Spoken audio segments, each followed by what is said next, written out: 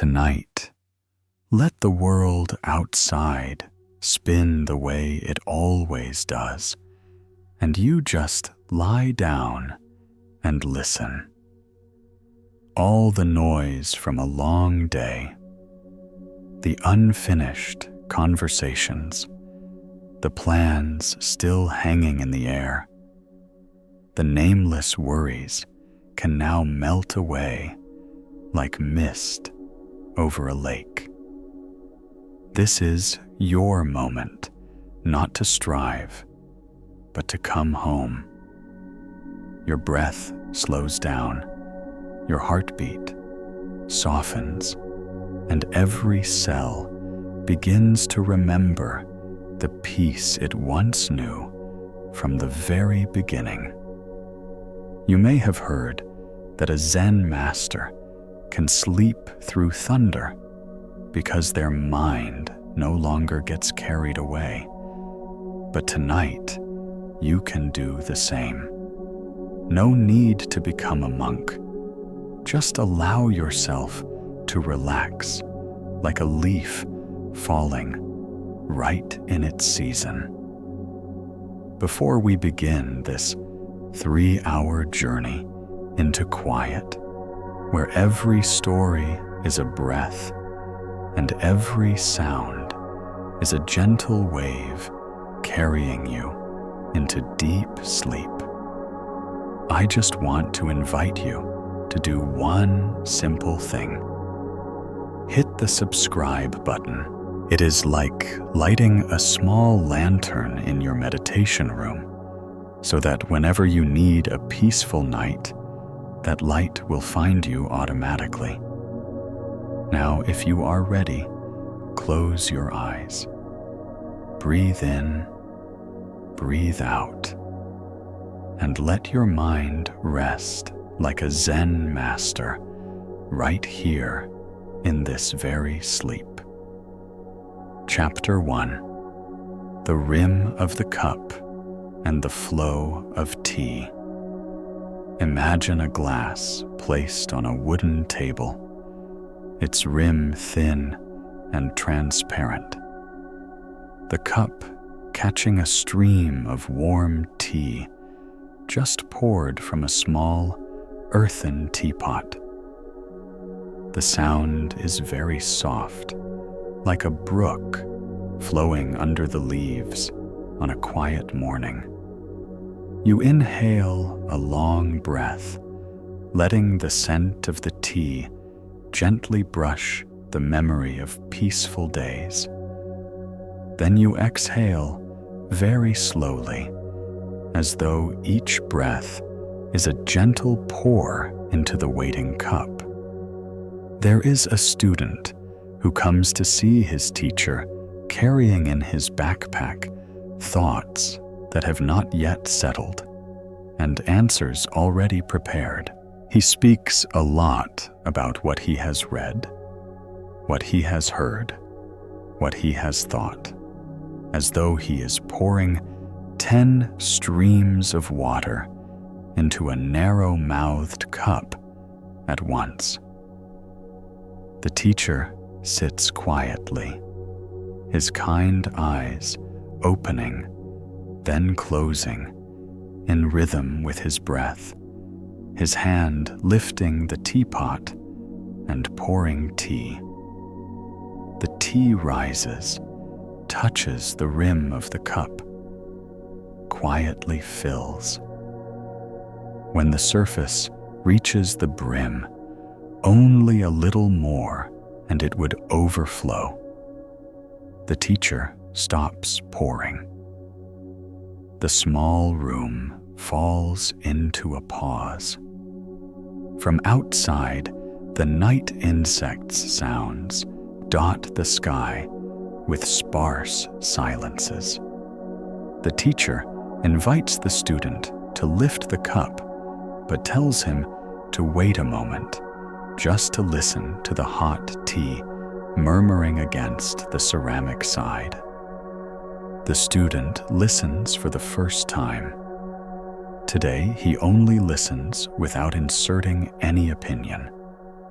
The heat at the fingertips tells you you are present in this moment. The teacher says, "Now feel another heat spreading on your cheek, then along the shoulder and settling at the belly." When the student takes a sip, the teacher asks what is now in your cup. The student says tea. The teacher smiles and says that the cup is not only holding tea, but also the empty space for the tea to be tea. If the cup is full, the tea will overflow. If the cup settles, the tea will find a resting place. The student is quiet in his mind, like a garden whose noisy pumps have just been turned off. Only the sound of slow water flowing underground remains. You are lying in the gentle darkness of your room. Outside, there may be a city that does not sleep, but now the cup inside you has a rim, has a body, has a pretty empty space to receive a gentle sound. Whenever a thought rushes in, you do not need to tell it to be quiet. Let it be like a drop of tea falling lightly, touching the surface, then dissolving into it, not breaking, not overflowing. Breathe in deeply. The belly rises like a cup, accepting another warm sip. Breathe out very slowly. The belly falls like the cup, drawing back to make space for peace to come in. In that silence, you realize you do not have to banish anything, nor hold on to anything. The cup does not argue with the tea, it simply allows. You too, tonight, allow sleep to find you in its own way, slow, sure, and right on time. If your eyes have grown heavy, allow them to close halfway, like the rim of a cup partially closed to the air, to hold the warm scent inside. Beneath the lids, the images of the day drift like thin clouds, not lingering long enough to become rain. You are returning to your silent origin, where the beating of your heart is the gentle knock at the door, where the stream of tea invites you to lie down, listen, and rest. Chapter 2. The Streak of Light. Behind the window, there is a small room overlooking the veranda. During the day, a band of sunlight moves across the tile floor like a regular visitor, coming at the hour, leaving at sunset. At night, the pale glow of the moon, or a lantern at the alley's end, sometimes slips through a gap in the curtain, painting a long, slim streak of light on the wall. The student tells the teacher that someone has taken an old shirt he really liked. He is angry, disappointed, and feels violated. The teacher tells him to turn off some lights, open the window, let the thin streak of light slip in, then sit opposite the wall. Do you see? The teacher asks that streak of light belongs to no one. Yet it does not leave this life. It comes and goes in its own way. As for the shirt, before it belonged to you, it had once been cotton in the field, had once been water in the clouds, had once been the sweat of the weaver. The things we think we own are actually passing through us, borrowing our form for a while to be called by a name. The student looks at the streak of light and feels his heart less tight. He recalls that the shirt had brought warmth, but it is the warmth itself that he really wanted. And Tuaya, as you lie down to hear this story, what you want is not for all your thoughts to vanish, but a gentle streak of light in your heart, enough to remind you you are still sheltered. Place a hand on your chest. Feel the soft beating, like someone knocking quietly at midnight, not daring to make noise. Inhale. You invite the streak of light to go a bit deeper. Exhale. You clear some of the old furniture in the room of memory. A scent of sun-dried cloth drifts by a footstep in the hallway of recollection. Then everything merges into a new stillness.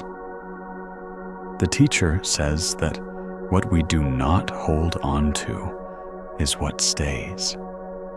The streak of light does not hold on to the wall, but the wall remembers its visit by the delicate warmth that our hand can feel.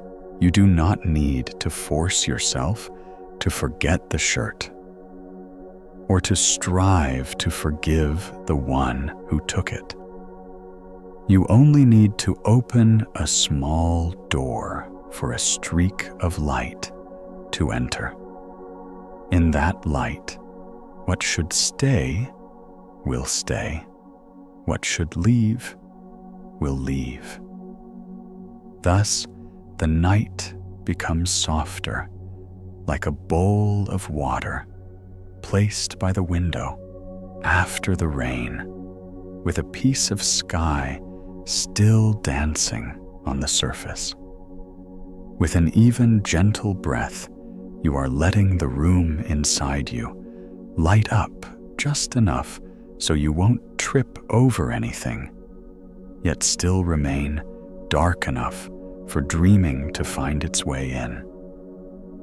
If you already feel your head like a softer pillow than before, allow your shoulders to drop a little further. Let your back spread across the mattress like a sheet of paper, smoothed flat. The wind outside or the fan in the room is no longer noise, but a distant background music lifting your sleep as someone gently supports you from behind.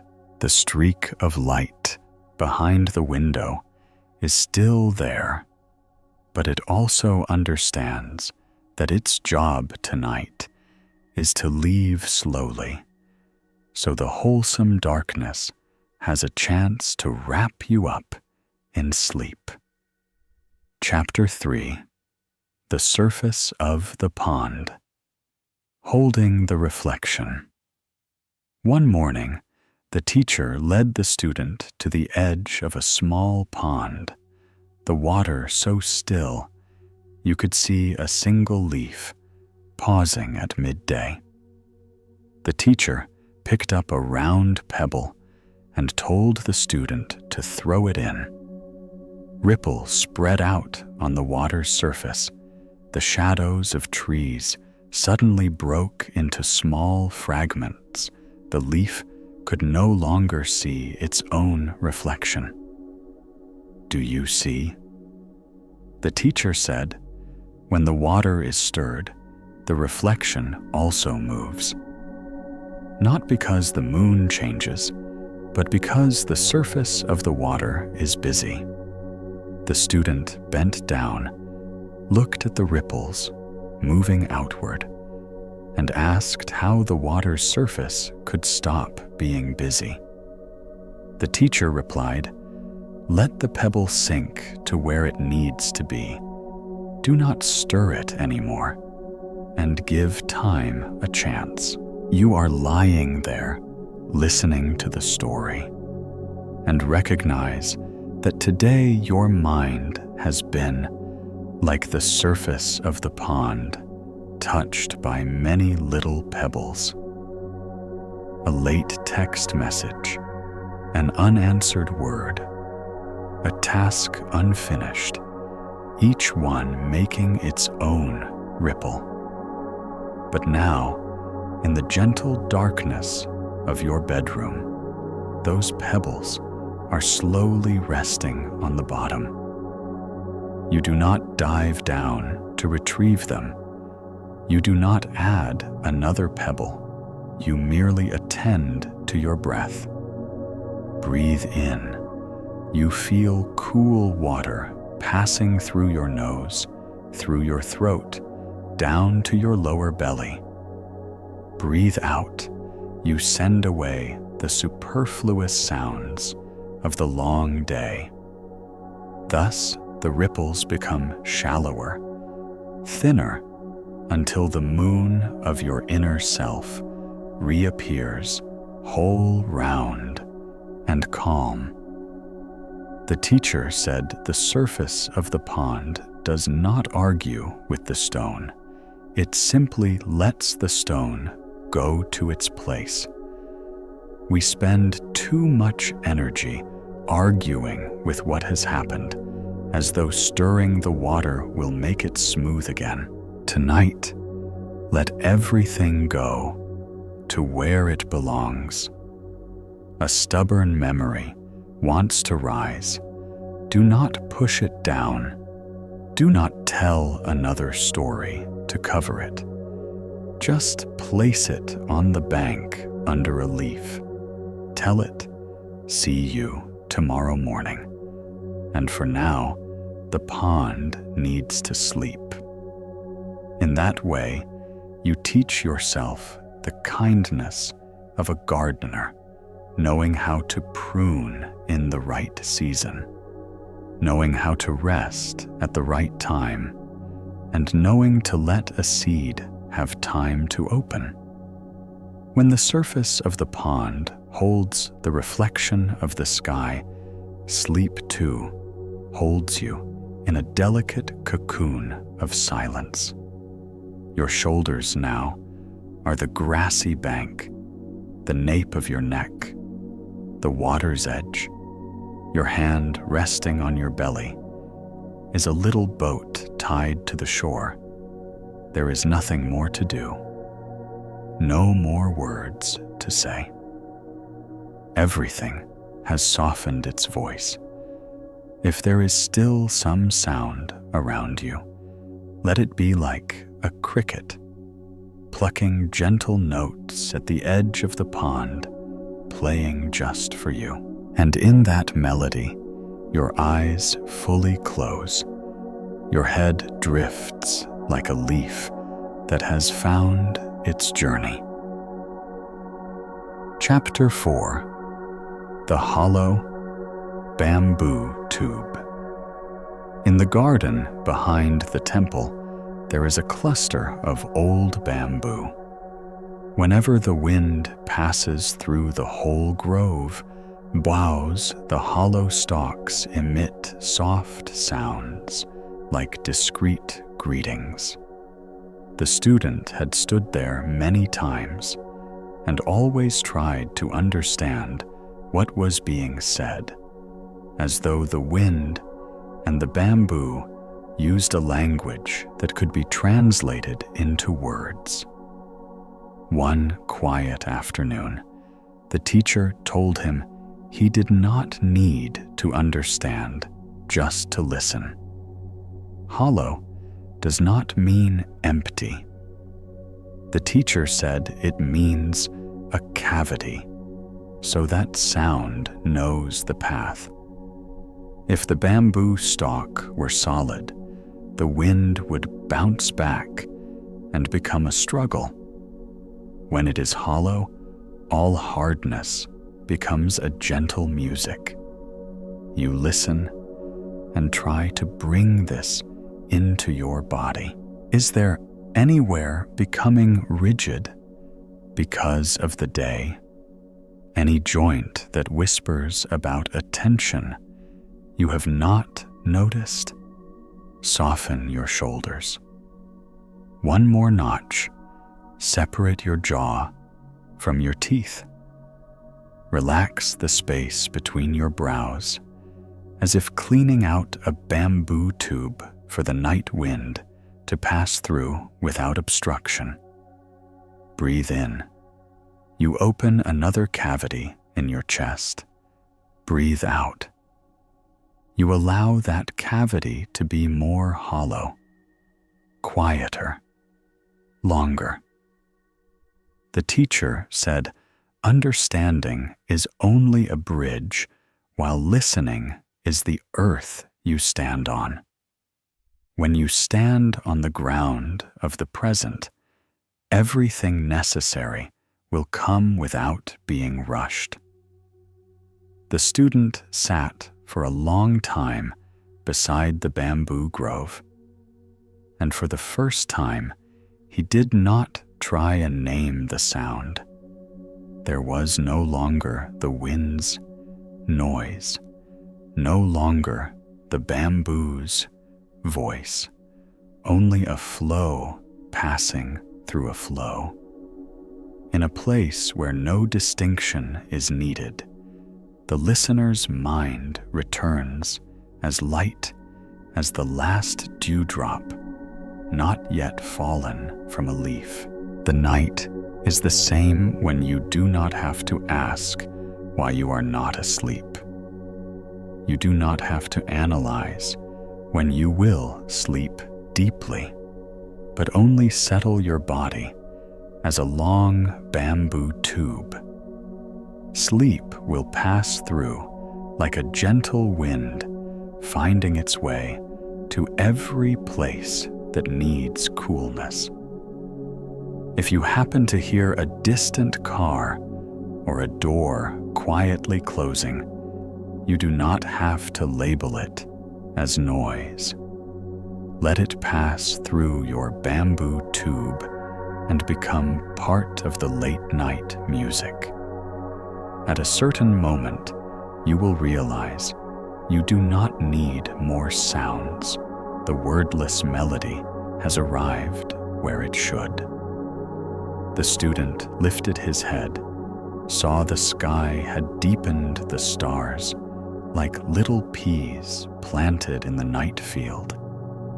He knew the search had ended, not because he found a great insight, but because he suddenly was hollow enough not to need to search anymore. In your breath, meeting breath, now there is a similar ending. Light, smooth, without a sound. So sleep can step onto the stage without needing an introduction. Chapter 5. A spark of fire in the chest. In the small kitchen, the teacher lit a candle. The flame stood still, like a nighttime guardian. The tip of the flame trembling quietly each time a breeze slipped through the door gap. The student asked how to chase away the darkness inside his chest.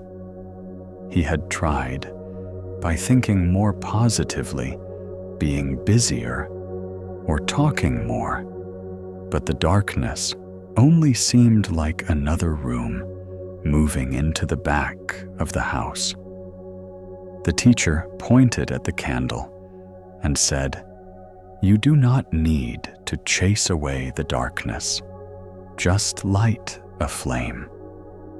Darkness is not an enemy. It is simply a place where light has not yet reached. When you light a spark in the right place, the rest is just keeping it from being accidentally extinguished by the wind. You bring that image into your chest where there is a small, warm point, not yet a blazing flame, just a persistent firefly. Breathe in. You invite oxygen for that firefly. Breathe out. You wrap your arms gently around it so it feels safe.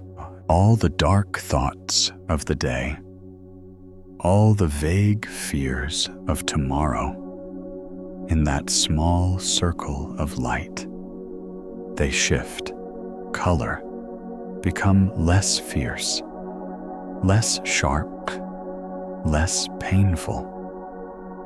The teacher reminded that the light of awareness does not judge, it simply illuminates.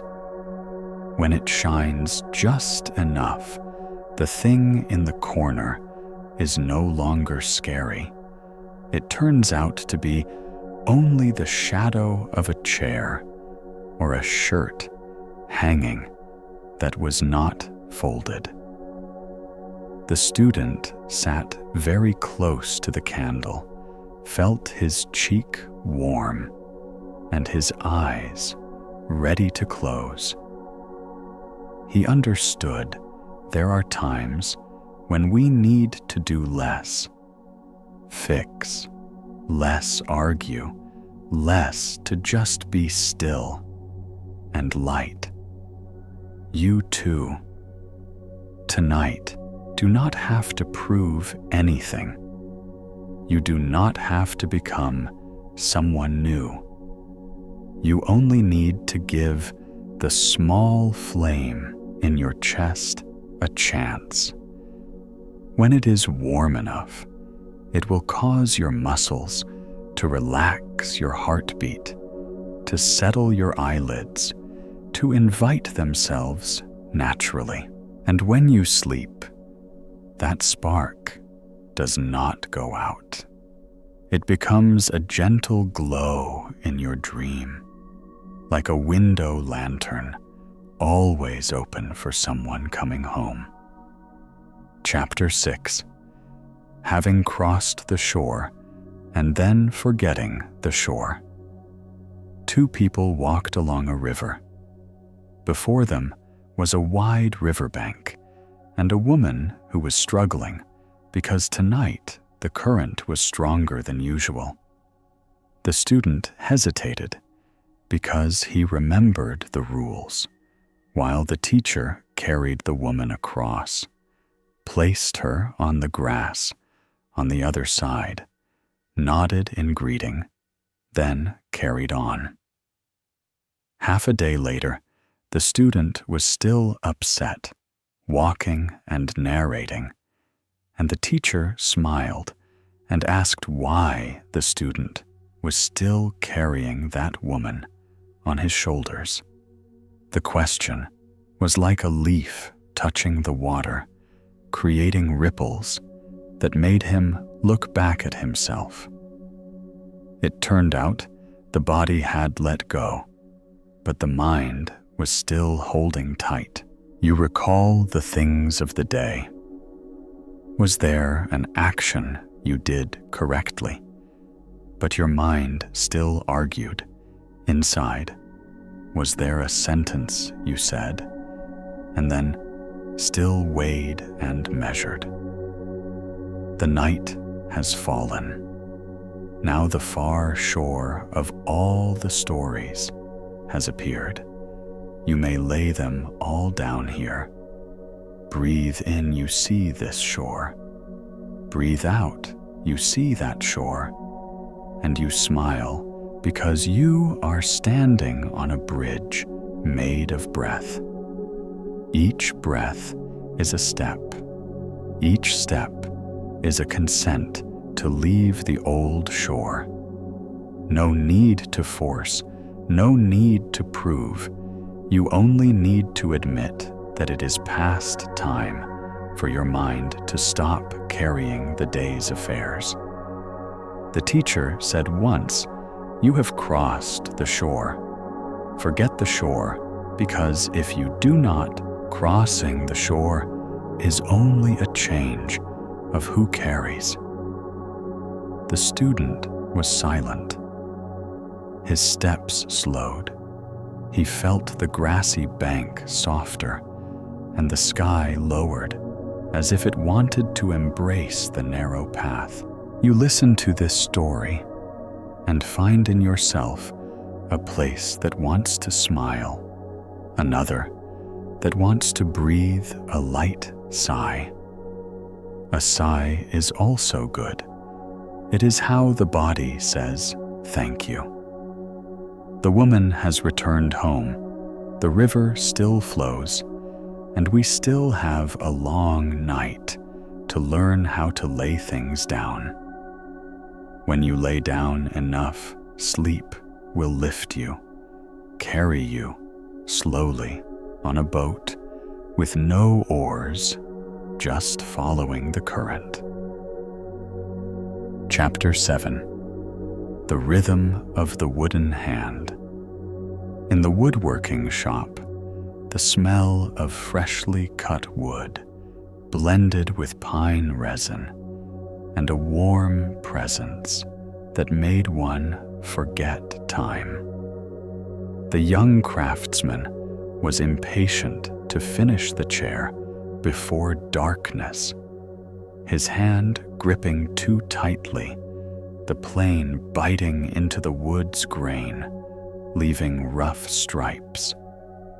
The teacher placed his hand over the student's, telling him to warm the wood with his palm first, slowly and steadily, so that the wood's fibers remember the old forest where they once stood, so that it exhales tension and allows itself to lie still.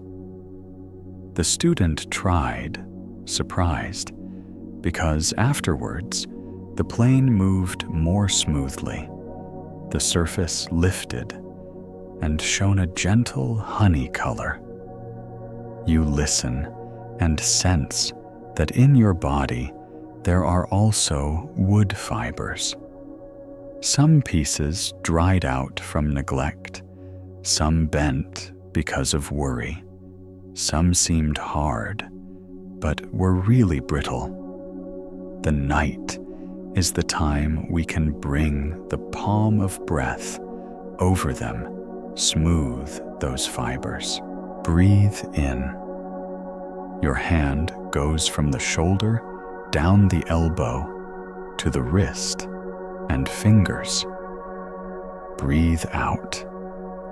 Your hand returns up, leaving a layer of warmth, like wood oil. There is no need to plane yourself, no need to force every memory flat. Just befriend the wood within you. Tomorrow morning, when the sun rises, everything will go more easily, like the plane on the warmed surface by patient care. The teacher said patience is not about slowness, but about being in the right rhythm. The student smiled, as if a latch in his heart had opened. You too can let a latch open tonight.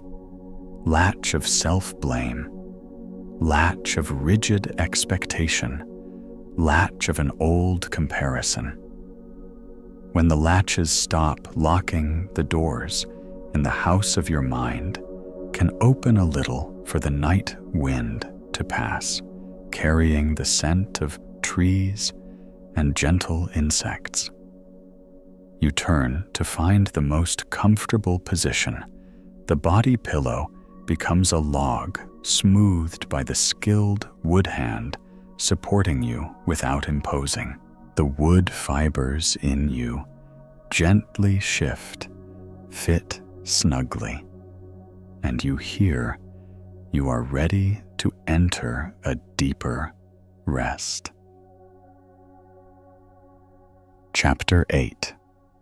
The Sound of the Sea. In the palm of the hand. A child found a seashell on the sand, placed it to his ear, and exclaimed that the sea is in here. The teacher looked and said the sea lies in the quiet. One knows how to listen. The child did not understand, but still continued listening. And in that murmur, there is one day when the sky pours down. There are grains of sand falling. Sometimes, like little rain, there is the sound of a bird's wing passing. There is the rhythm of waves going and coming, never tired. The student stood beside, suddenly felt his heart slow by half a beat, as if someone had placed in his hand a wireless instrument. Just bring it near your ear, and you hear. You can also lift your hand, place it gently to your ear, not tightly, just as if guarding a whisper. In the palm are the lines of life. In the palm are warm rhythms. In the palm is a small sea waiting for you to find. Breathe in. You hear waves flowing in. Breathe out. You hear waves flowing out. Not because there is water there, but because there is rhythm. Tonight, let all the world's conversations withdraw. Let this rhythm become the only hinge holding the door. When the door closes, your bedroom becomes a cool cave of the shell, where all sounds become distant, and the only near one is your breathing. The teacher said you do not need to go far to hear an ocean. You only need to listen deeply enough to where you are standing. Where are you standing now? On the familiar bed beside the little table above a floor, walked by many footsteps in the day. All these are here to make a full night. The child placed the shell down and slept right on the sand, and you place your palm down. Let the other hand rest on your belly, and let sleep arrive like a moonboat docking softly. Chapter 9. The feather lands in the right spot. One windy day, a small feather fell from somewhere and drifted in the air. Each time it thought to touch the ground, the wind lifted it a little higher. The student grew impatient, standing below and reaching his hand to catch it. But whenever he reached up, the wind changed direction. The feather slipped out of reach. The teacher stood at the door and smiled, saying, "There are things you must let the wind decide, because the wind knows the lightness of the feather more than we do." Finally, the feather landed in a small dip on the ground, still as though it never had that long flight. You recall the things you tried to control all day long, the paths you wanted, predetermined for everything. At night, let part of that work be handed back to the universe's wind. Breathe in. You invite the wind behind you. Breathe out. You release your hands in front of your chest. Shoulders, release. Neck, releases. Eyes, release. Everything feels lighter by a strand. You begin to have a silent trust that the feather of sleep knows exactly where it needs to land on your body. Maybe your eyelids, maybe your brow, maybe the corner of your lips, just ready for a thin smile. The teacher said, letting go is not neglecting. Letting go is trusting that the gentle order of life is still at work while you are quiet. The student sat on the threshold, placed his 2 hands on the pillow, looked at the feather lying still, and was surprised he no longer wanted to fidget. In that moment, he felt the wind's voice diminish, the day's sounds lose their sharpness. You also feel something similar.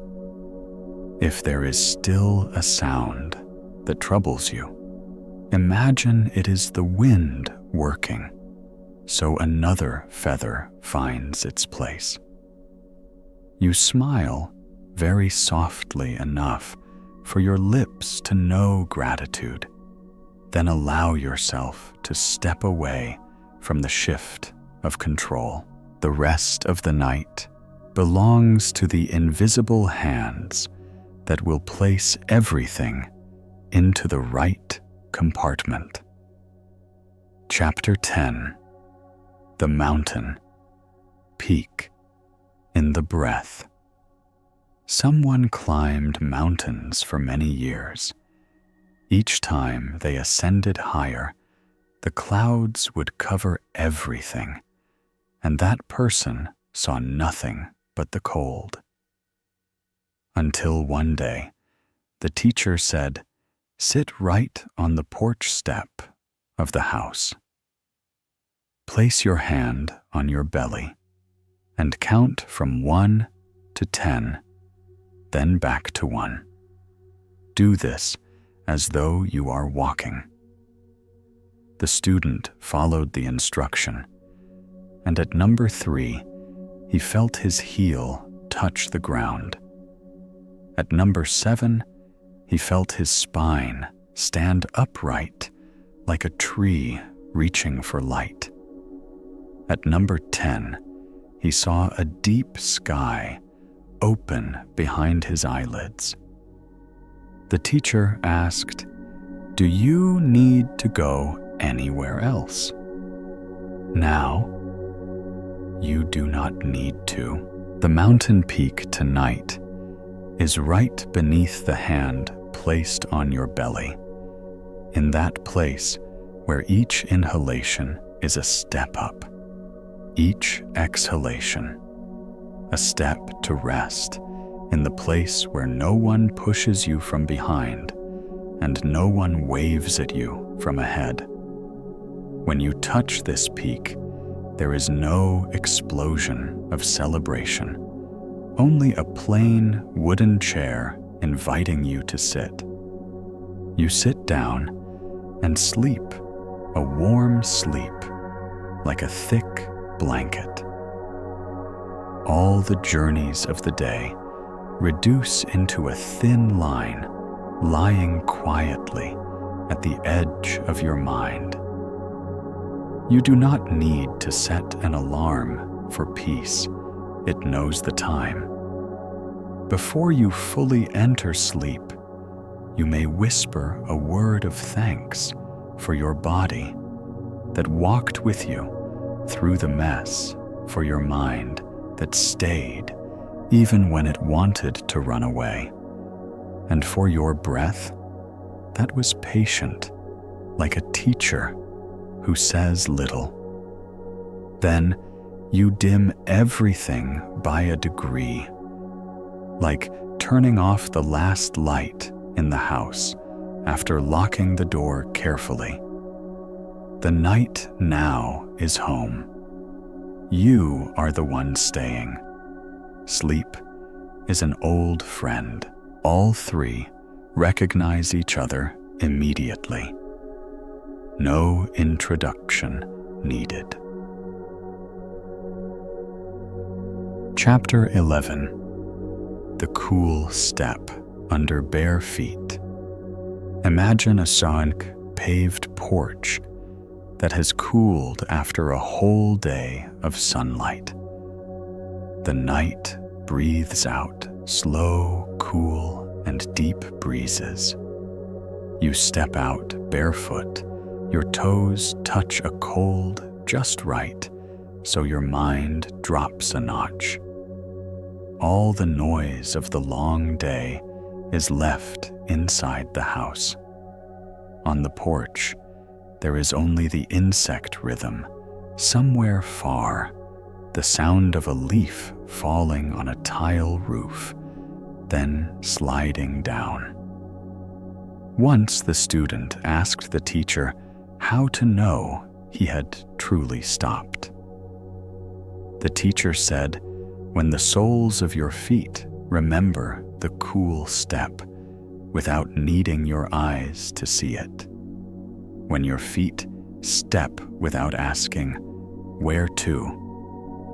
And simply want to stay here, then you have stopped. You place your hand on your lower belly. Inhale slowly, as though you are drawing in the cool air from the step itself.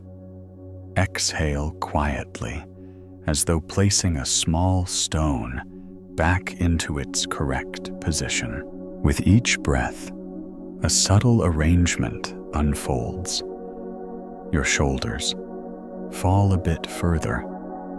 Your neck stops lifting. Your tongue relaxes from the roof of your mouth. Your eyelids close without straining. The teacher steps onto the porch, sits on a wooden chair, polished by years. He says nothing, simply rests his hand on his knee. That hand holds an old rhythm, like the oar hitting water of a boat that has passed through many floods. The student understood that some answers are not in words, but in the coolness of the step pressing into his soles. You let that image seep into your bed. The mattress becomes the porch. The blanket becomes a thin layer of dew stretched across the night. If a thought surfaces, treat it like a young leaf wandered onto the porch. You pick it up, place it gently aside, then return to the coolness of the step seeping into your body. In that depth, the mind relinquishes the shift of duty hands over the key to the breath. All the files of today fold into a quiet drawer, closed without a lock. You imagine a black cat strolling across the step, yawns long tiptoes over the stone crack, then disappears behind the bamboo bushes. It carries nothing. It leaves nothing behind. The teacher said, we often think stopping is a grand decision. a formal ceremony. In truth, stopping is the affair of very small things. The soles sensing the temperature, the spine finding its just right straightness, the eyelids naturally heavy, the lips silent. You notice that right now, your breath has gone deeper, like a well in a garden whose bucket has just been lowered. At the bottom of that well lies still water, reflecting a triangular piece of the moon. You do not need to pull the moon up. You simply sit by the rim of the well. Hear the cool water touch the wooden bucket's edge. When the body fully consents to lie down, the porch is no longer stone. It becomes a friend supporting your back from beneath, gentle, like a mother's hand soothing you once. The only thing left to do is let both hands gradually drop to the sides, like two old leaves that know how to leave the branch at the right season. The night begins to unfold a room larger than the room you are in. In that large room, stars are grains of salt scattered evenly across an invisible water surface. You lie there, neither sinking nor floating, simply being. And in that being place, sleep steps barefoot onto the porch, finds you sits beside you, without saying a word. Chapter 12. The Tick of the Hour. Hand-changing shift. On the wall of the teacher's old study hangs a clock slightly faded by time. During the day, it ticks faster because the room has many comings and goings. But when night falls and all sounds recede, the tick of the hour, hand changes shift, taking on a new duty, reminding everyone that the time for stillness and depth has arrived. The student once hated the clock's sound. It felt to him like the countdown of anxiety. One evening, the teacher told him to sit very close to the clock, close his eyes, and count with it, but not count time. Count the moments you are still here. Each tick is a gentle affirmation that the present has not abandoned you. You also try sitting near that imaginary clock inside yourself. Each tick is not meant to pull you back to work, but pull you back to your breath. Inhale, tick. Exhale, tick. The sounds, like two hands alternately holding a child drifting to sleep. Gradually, you hear between the ticks a thin stillness, cool and soft, like a blade of grass. That stillness lengthens each time you let your shoulders drop, each time you allow the chest to sink fully, each time you stop trying to tell the last story of the day.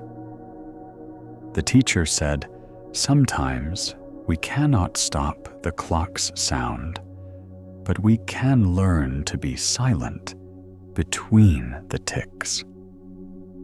In that art, you discover something curious. The more you seek stillness, the harder it is to see. But the more you allow sounds to be present without demand, stillness finds its way back. So you let the air conditioner hum the distant car, the person turning in bed become punctuation marks at the end of a sentence, never the letters themselves. The story has ended, only courteous dots remain. You smile in the darkness because you realize you have just changed the meaning of the world around you by a small gesture.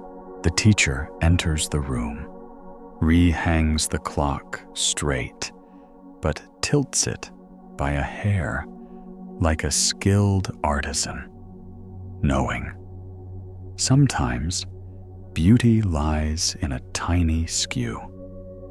The student sees this and feels strangely comfortable, as if his mind too is allowed to be imperfect, allowed a slant of a hair in order to find its own equilibrium. You embrace that feeling. No need for a day absolutely on plan. No need for a night absolutely silent. Just enough calm to hear a warm drop in the center of your chest, just enough dark for eyelids to close, just enough tiredness for the blanket to become an invitation. The clock continues its shift. It no longer urges, but watches. It treats you like a guest at a night inn and speaks in the language of the hour hand. The room is ready. The bed is made. The water is warm. You stand at the threshold, leave the shoes of your concerns in the hallway, hang the heavy coats of reason on the hook, and step into the room whose window opens onto a night garden. There the hour hand no longer moves, because time in sleep is no longer a straight line. It is a round pond enveloping the sky. You let yourself down, hear the final tick become a soft pat on the head. Then everything turns the lights off, letting the gentle kindness do its work. Chapter 13. The ceramic vase. With an open rim.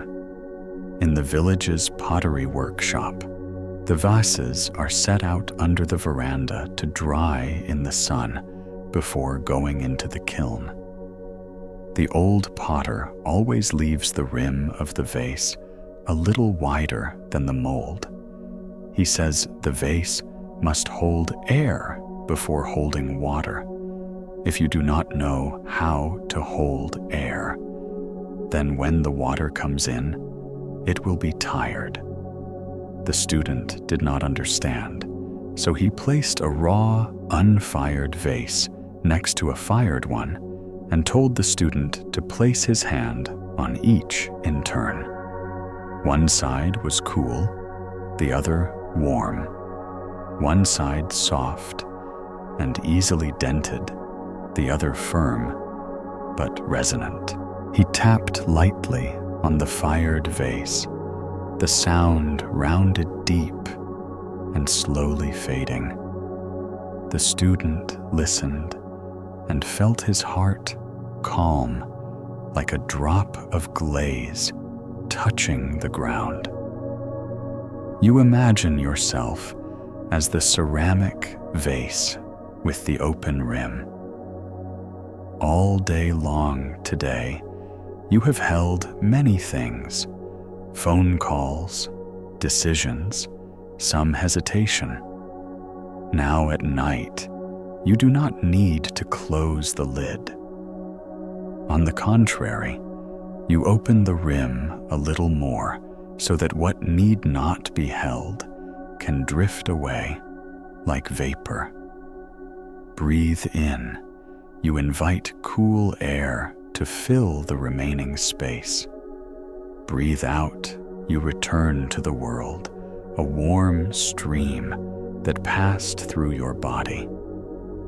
In this cycle, the vase learns how to resonate. To resonate is not to draw attention. It is a quiet reminder to yourself that you are empty in the right place. The teacher visits the pottery workshop. He does not criticize dents. He praises the rim open to the right extent. He tells the old potter that his student needs such vases so that every night, when placed beside the bed, a single light tap will remind him of a simple truth. Emptiness is not lack. Emptiness is the capacity to hold and to release. You listen and want to smile at the imaginary vase beside your bed.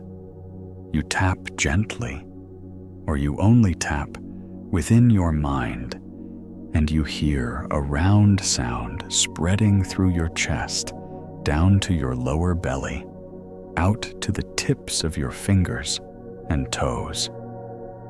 Wherever the sound passes, the muscles understand that the workday is done.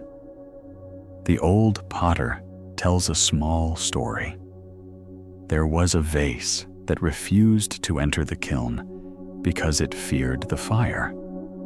It wanted to keep its soft initial form. But then one day, heavy rain caused it to collapse. From that moment on, it understood that fire is the friend of durability. You think about the times life put you into the fire, times you thought you couldn't get through. Yet it is precisely those times that make you resonate. Tonight, you do not need fire anymore. The fire's work is done. Your job is to open the rim invite, cool air, and let the final sound settle until there is no distinction anymore between sound and silence.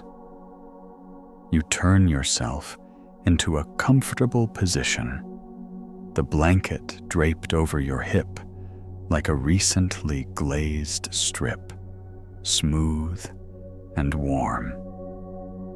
Your cheek touches the pillow, the scent of clean fabric, gentle like the early morning sun still remaining on the veranda. Outside, if there is the sound of rain, see it as the sky glaze coating the roof tiles. Inside you, if a thought remains, see it as a bubble of glaze not yet dissolved.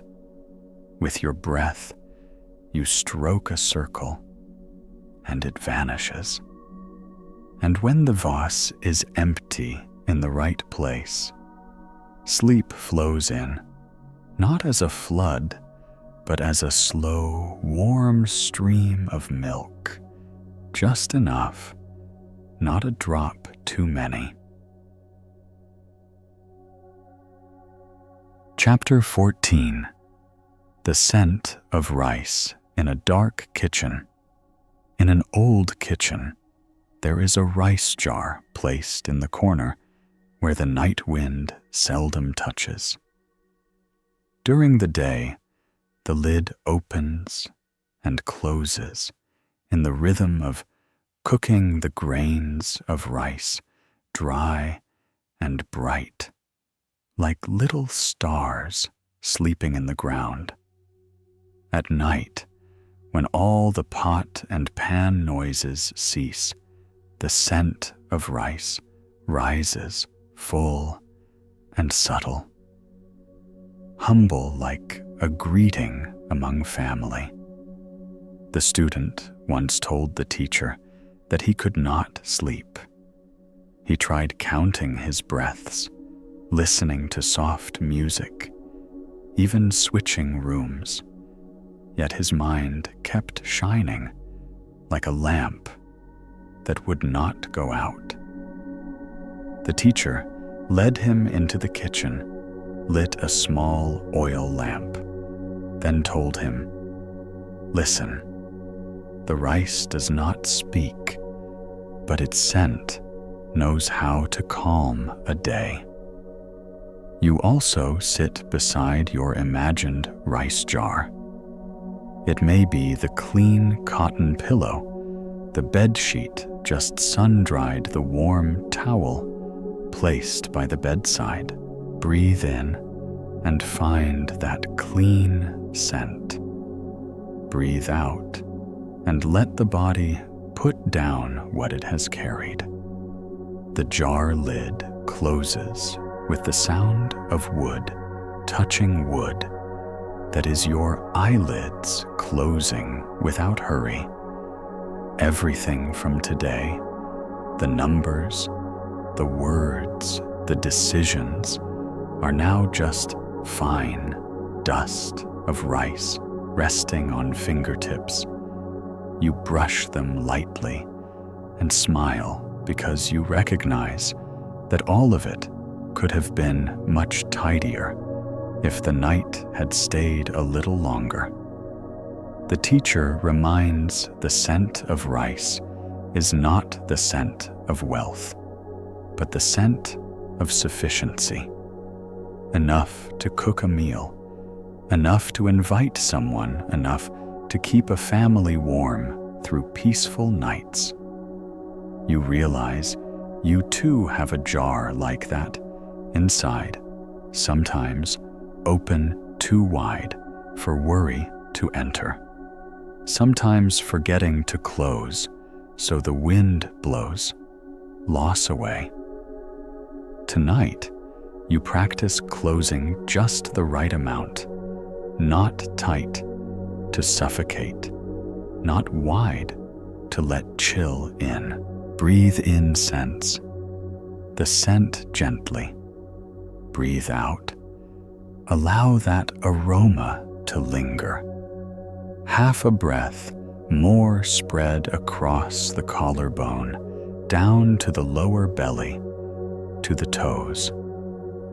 Everywhere, the scent passes. A small door closes, not to lock someone out, but to keep warmth in. The student placed his hands on the rice jar, felt the gentle coolness of the pottery. He saw his mind calm and suddenly wanted to whisper thanks to every grain that had passed through his life's meal. You too may send such a thanks, not in words, but as a thought, resting like a night bird. Thank this body for having cooked one day for me. Thank the mind for having kindled a year when needed. Thank the sufficient things that have visited. Because of those unspoken thanks, the kitchen inside you lights a small flame, just enough to chase away damp, not to burn anything. The dark house slowly deepens. The oil lamp dims at a cusp where the light is no longer light, only a warm streak hanging in the air. You hear the wood expand, then contract the wall. Breathes, the fabric stirs softly. All those sounds do not wish to wake someone. They only confirm that the night is doing its work. And in that work, the scent of rice plays head chef, seasoning the air with a little sweetness, a little fullness, a little trust. You lean, pull the blanket up to your waist. Let the clean fabric scent merge into the scent of rice. And you drift like a small boat, leaving the dock, very slowly, the water so still, no ripple lifts. If there is still a bit of brightness in your mind, imagine each grain of rice falling slowly through your fingers. Each grain a small thought asking to sleep. You open your palm wide enough for them to pass without catching, then close the hand to hold warmth for the breath. Gradually, the hand no longer wants to count because no more grains fall, only a gentle rising and falling of your chest remains like the way the jar lid breathes in the weather, not noticed. But because of that, the kitchen keeps a season of peace. There you sleep. Chapter 15. The Lantern Boat on the River of Sleep. The night has a flow which we rarely name. It is not rushing like a flood river, nor dry like a drought-parched pond.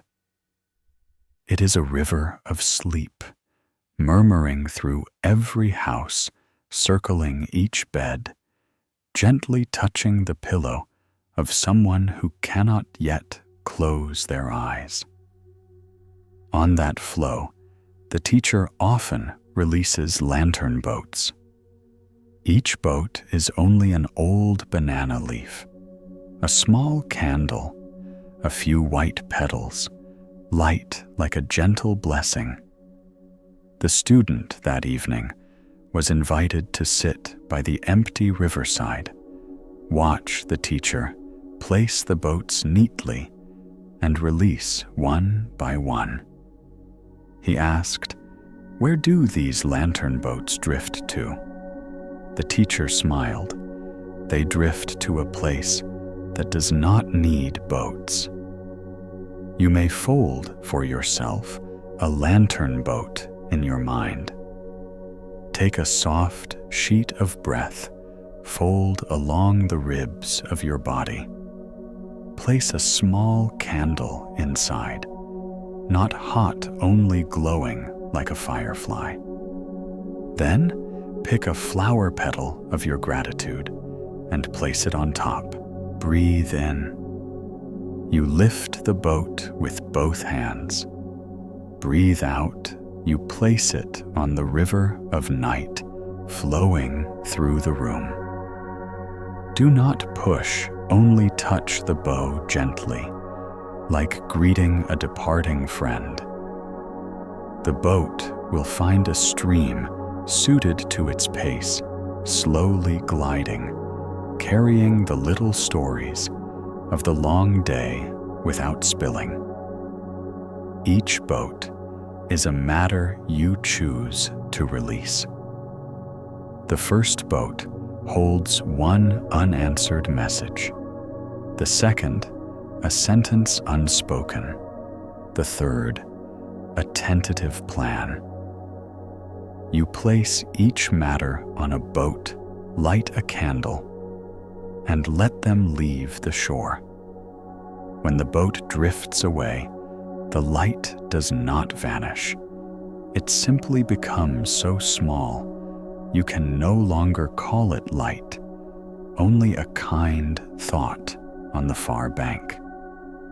The teacher said the wonder is not in the destination of the boat, but in the hand willing to let go.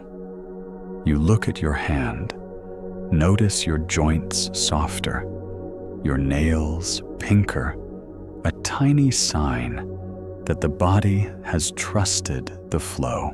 At one moment, a gentle breeze rises. The surface of the river ripples With a few circles, the lantern boats sway. The student felt a flash of worry. What if the candle goes out? The teacher put his hand on the student's shoulder and said, "The wind has part of the work of wind. It tests whether the light truly wants to be light. Many candles have survived more tempest winds than this." You listen and smile. Remember nights when winds blew stronger in your life. And remember that ultimately you are still here, still breathing, still able to fold another lantern boat if you need. When you know you still can, you cease to fear losing. You lie on your side. The arm beneath the pillow becomes a warm bank for the river to pass. The surface of the blanket is smooth like water. Your breath, the tide rising, then falling, unhurried, without explanation. A lantern boat glides past your chest, reflecting a patch of grassy shore of memory, where some kind faces smiled at you, then faded. Not all stay, but every kind glance left a small warm mark, enough for you to know. Tonight, you are not alone. The light of each boat is a greeting and also a goodbye. When the final boat leaves your hand, you realize your hand is empty, yet not hollow, like a bank after the water has receded, ready to sprout new grass. You pull the blanket higher, like drawing the night mist closer, and let the river of sleep carry you. On that flow, there is no station, no ticket, no inspector, only the nights gone and the nights coming. The teacher let out a very soft word, heard not as a word, but as the breath arranged into a letter. Let's go. And you go as softly as a banana leaf gliding on water, as brightly as a small lantern that only the night can see.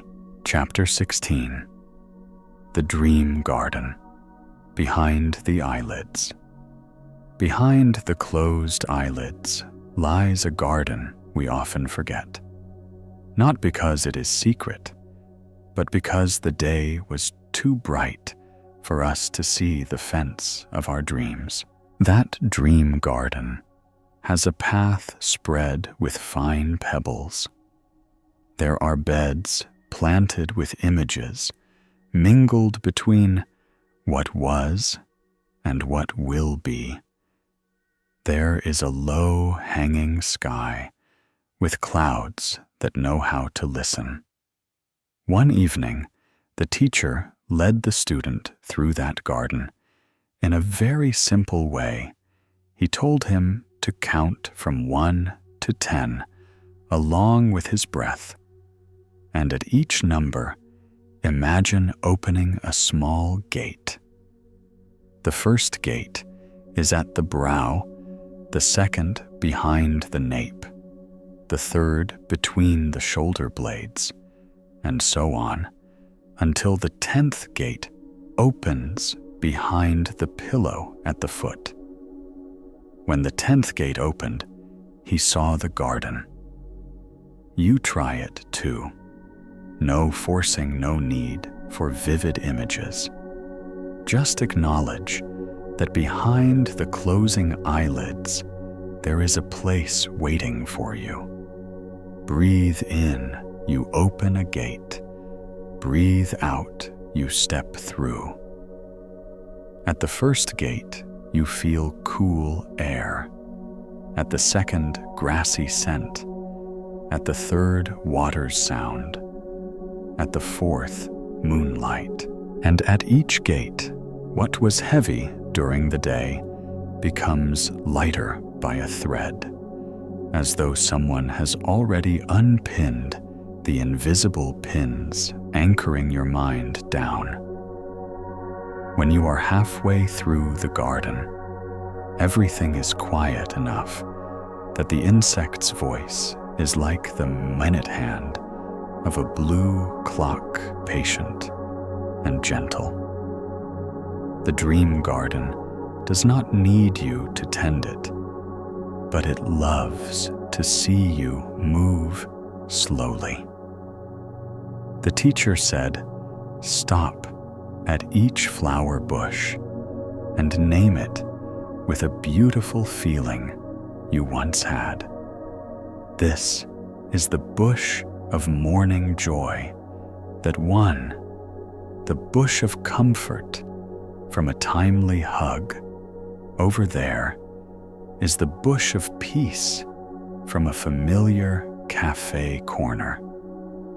When you name them, they release a faint scent, just enough to call a flock of white butterflies to alight. Then all becomes still, as though never stirred.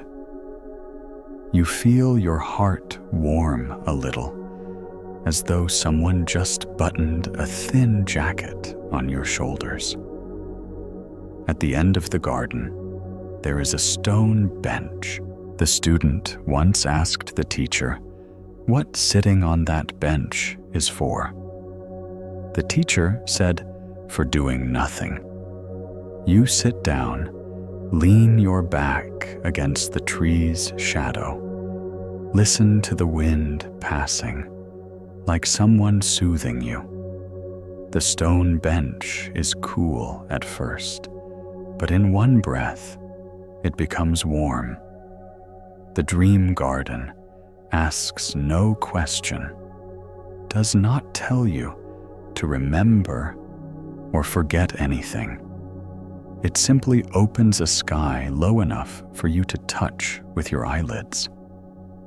Right now, your eyelids feel heavy, like an old wooden door, soaked in many seasons of rain. And sun closing is right opening is wrong. The teacher said, "Do not try to photograph the dream garden. Do not try to bring back a bouquet. When you leave the garden tomorrow morning, just remember the path back. That path is the 10 gates you opened, stacked into a soft ladder made of breath." You nod, though you need not, because your body already trusts. You pull the blanket up to your chest, your chin touching the blanket edge, like a bird tucking its beak into feathers. Every fold in the fabric is a small trail in the garden, leading to shallow ponds, deserted paths, and unlocked doors. If your eyes still want to open, let them close a little more, like a fruit wanting to ripen another hour. If your head still wants to tell a story, tell it to tell tomorrow, tonight. Just harvest the dew. If your heart still beats fast, place a hand, as though placing a stone on a well's mouth so the water's sound slows. And then you understand why those who know how to dream often know how to sleep, and those who know how to sleep wake with a gentle mist still on their eyes. You too will like that you walk out of the garden when the light just fits, hands empty, but the scent of grass remains in your hair. In the moment, just before you fully drift off, you hear the teacher very softly say that sleep is the best gardener. It prunes the dry branches, waters the parched roots, rebuilds the broken fences, digs the earth so the roots can breathe. That work needs silence, darkness, your true absence. So step away, fully and gently. The dream garden will handle the rest. You only need to close the eyelids, and you close. Chapter 17. A dewdrop on the grass edge. Dawn is when the dew learns to speak the language of stillness. But tonight, just before you sink into sleep, imagine the garden behind the house has already donned a coat of dew since long ago. At the grass's edge, a dewdrop small like a full stop rests shimmering so slightly that even a faint breath could make it tremble. The student once asked the teacher, "How do we turn the many sharp angles of the day into something round and smooth, like that drop of dew?" The teacher did not answer with words. He took the student out to the yard, told him to sit low at grass level, place his hand on his belly, and breathe until he heard the cold in the air. When he did, all the sharp thoughts in his head began to dull like small pebbles being polished by the rain overnight. You also lower yourself into the surface of the night in that way. The mattress becomes the grass carpet, the blanket, the low sky, the pillow, a warm little mound still carrying the day's breath. Breathe in. You bring the coolness of the garden into your deepest lungs. Breathe out. You lay a thin sheet of calm across your body, like a gardener laying straw over newly planted rows.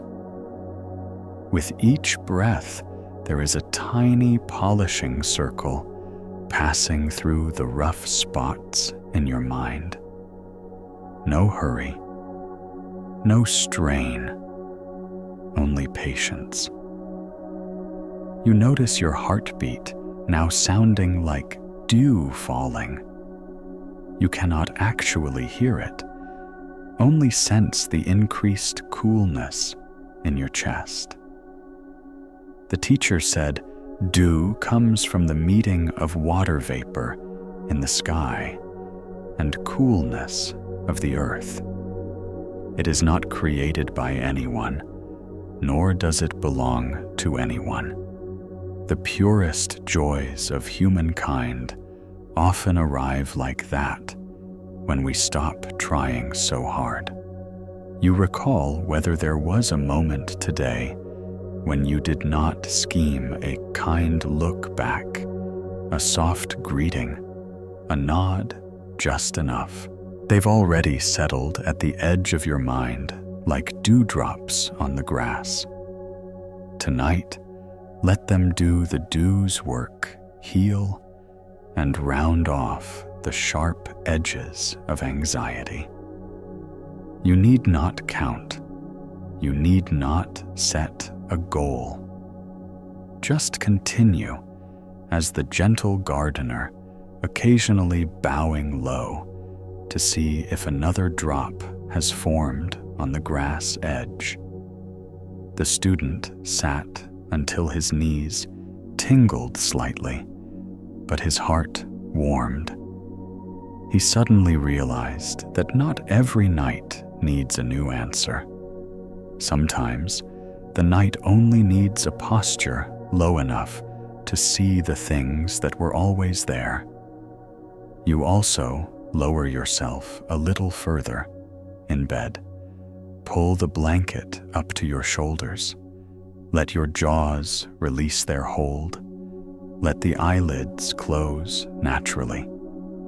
Every slight motion now aims toward the roundness of the dewdrop. Shoulders round a half-inch more as you let go. Your back rounds into a soft arc as you find comfort. Your lips round when you stop telling stories. Each small shift together forms a large circle enclosing you against the day's noise. At the moment, the dewdrop becomes heavy enough for the grass edge, it will fall. But falling is not disappearing. Falling is returning to the earth, so it may rise again tomorrow in a different way. The day's matters within you are the same.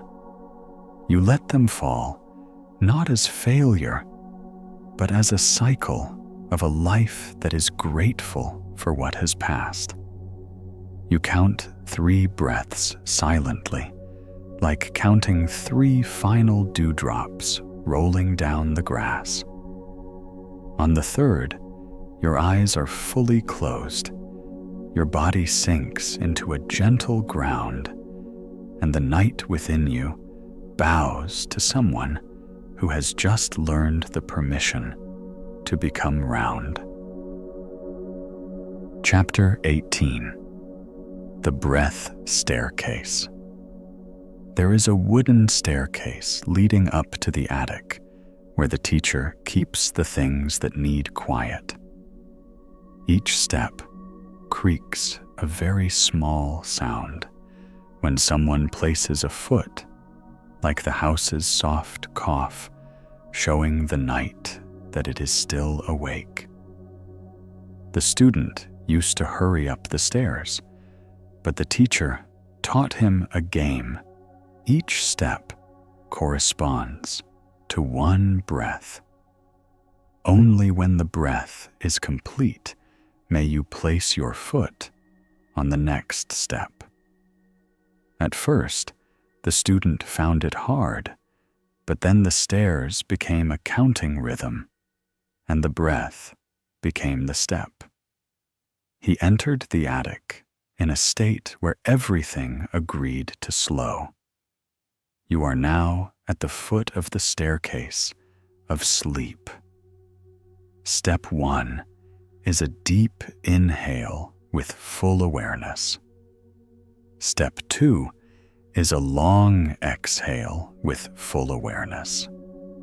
Step 3 is letting the shoulders drop onto the mattress like a parcel that has reached its address. Step 4 is letting the shoulder blades find a comfortable ground without strain. Step 5 is releasing the tongue from the roof of the mouth, letting the jaws no longer hold each other as in a silent argument. Each step is taken by 1 breath, not more. You feel a certain uprightness returning to the body as a carpenter has realigned the tabletop and removed the leftover nails. The teacher said the attic staircase does not lead far away. It only leads you higher than the noise. There you will find a small window facing the forest behind the house.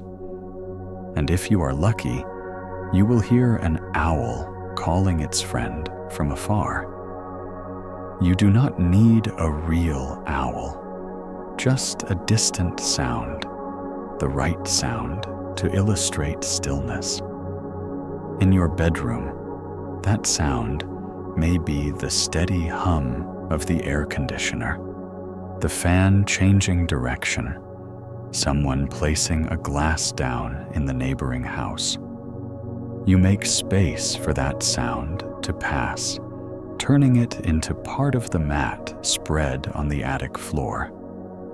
When every sound has its place, silence is honored like an honored guest. Step 6 is letting the lower belly soften so the breath may descend deeply unhindered.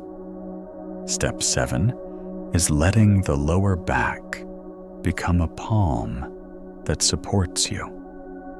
Step 8 is letting the arms spread out like tree branches, no longer carrying a burden. Step 9 is letting the eyelids recognize that it is late, that it is enough, that it is time. Step 10 is standing before the attic door, grateful for the breath you still have the night. You still have the body. You still have to lie down. And when you push the door open, a new cool breeze slips in, not of the weather, but of an altitude reached by consent. The student said that in the teacher's attic, there is an old wooden chest containing unsent letters. On nights when the heart is tangled, the teacher places his hand on the chest's lid, not opening it, just placing his hand. You may do the same with your own chest of letters. All the words you intended to say, all the words you said too much, all the wishes you have not named tonight. You need not open the lid. Place your hand. Greet them as friends you will meet tomorrow. The night is the keeper of the chest you can trust. You trust and descend the staircase. At the last step, you sit on the thin mat of sleep. Lean your back on the wall by your breath. 1 breath, 2 breaths, 3 breaths. The attic window opens. The moon slips into the room, and you slip into the night. Chapter 19. The door frame. Without a latch. In the old house, there is a door frame that is always closed, but never latched. During the day, people pass by easily, pull the door shut. In the evening, they forget to latch it. Yet nothing bad ever happens. The teacher said there are doors inside us. Just like that, we only need to close them. No need to lock them. The student used to try to lock everything because he feared the wind, feared the dust, feared something unnamed. But one evening, when the wind brought the scent of night-blooming jasmine close to the door, he realized that a door without a latch can be a gift of the night. You check the door inside yourself. The door of too high expectations. Pull it back. Allow it to close loosely. The door of vague worries. Let it lean on its frame. Don't bolt it further. The door of old comparisons. Let it creak softly, like the old swing on the porch. Creak to show it is still alive. Then fall silent. Breathe in. You stand on the threshold, looking out at the dark garden. Breathe out. You turn into the room. Switch off one more lamp. Each light you turn off is a soft easing of a latch used too long.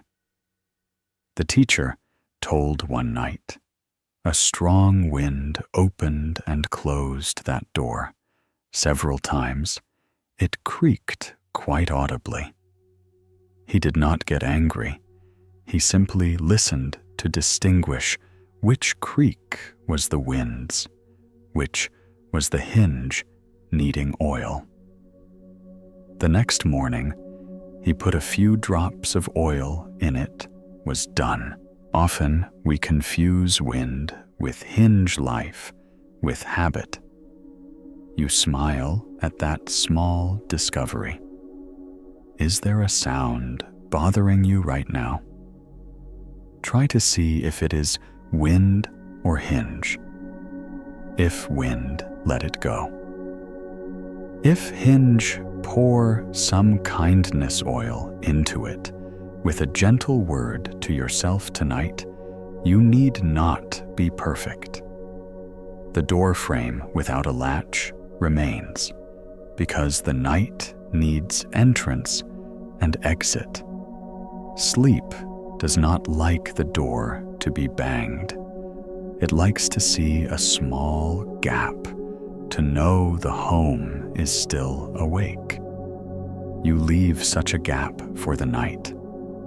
Not a gap of worry, but a gap of trust. The trust that while you rest, life still knows how to arrange itself. The trust that someone you love has a quiet room of their own. The trust that tomorrow will be bright enough to see what needs seeing. With that trust, you pull the blanket up to your chin, your head slightly leaning as though against an invisible door frame. The student stood a long time at the door, then sat on the threshold, back leaning against the frame, eyes half closed. The night passed over his shoulders like a gentle passer-by, leaving the scent of wind on his shirt. You also let the night pass over your shoulders, leaving the cool scent of rest soon to come. Outside, if leaves brush each other, it is the trees' letters to each other, saying, "Tonight we are quiet." Inside, if one last thought drifts by, it is the late postman looking for the mailbox.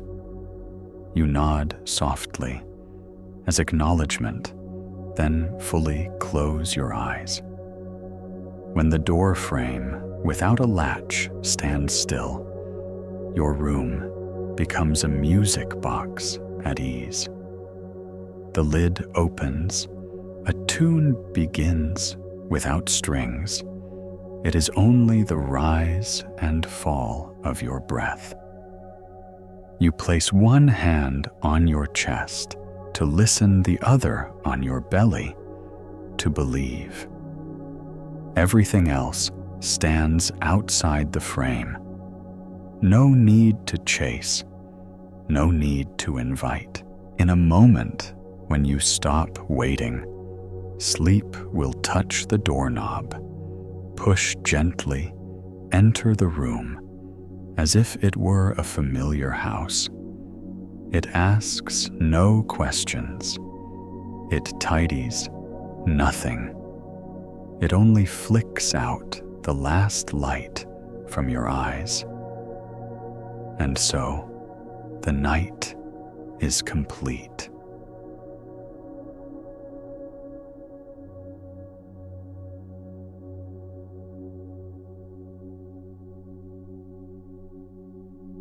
Chapter 20.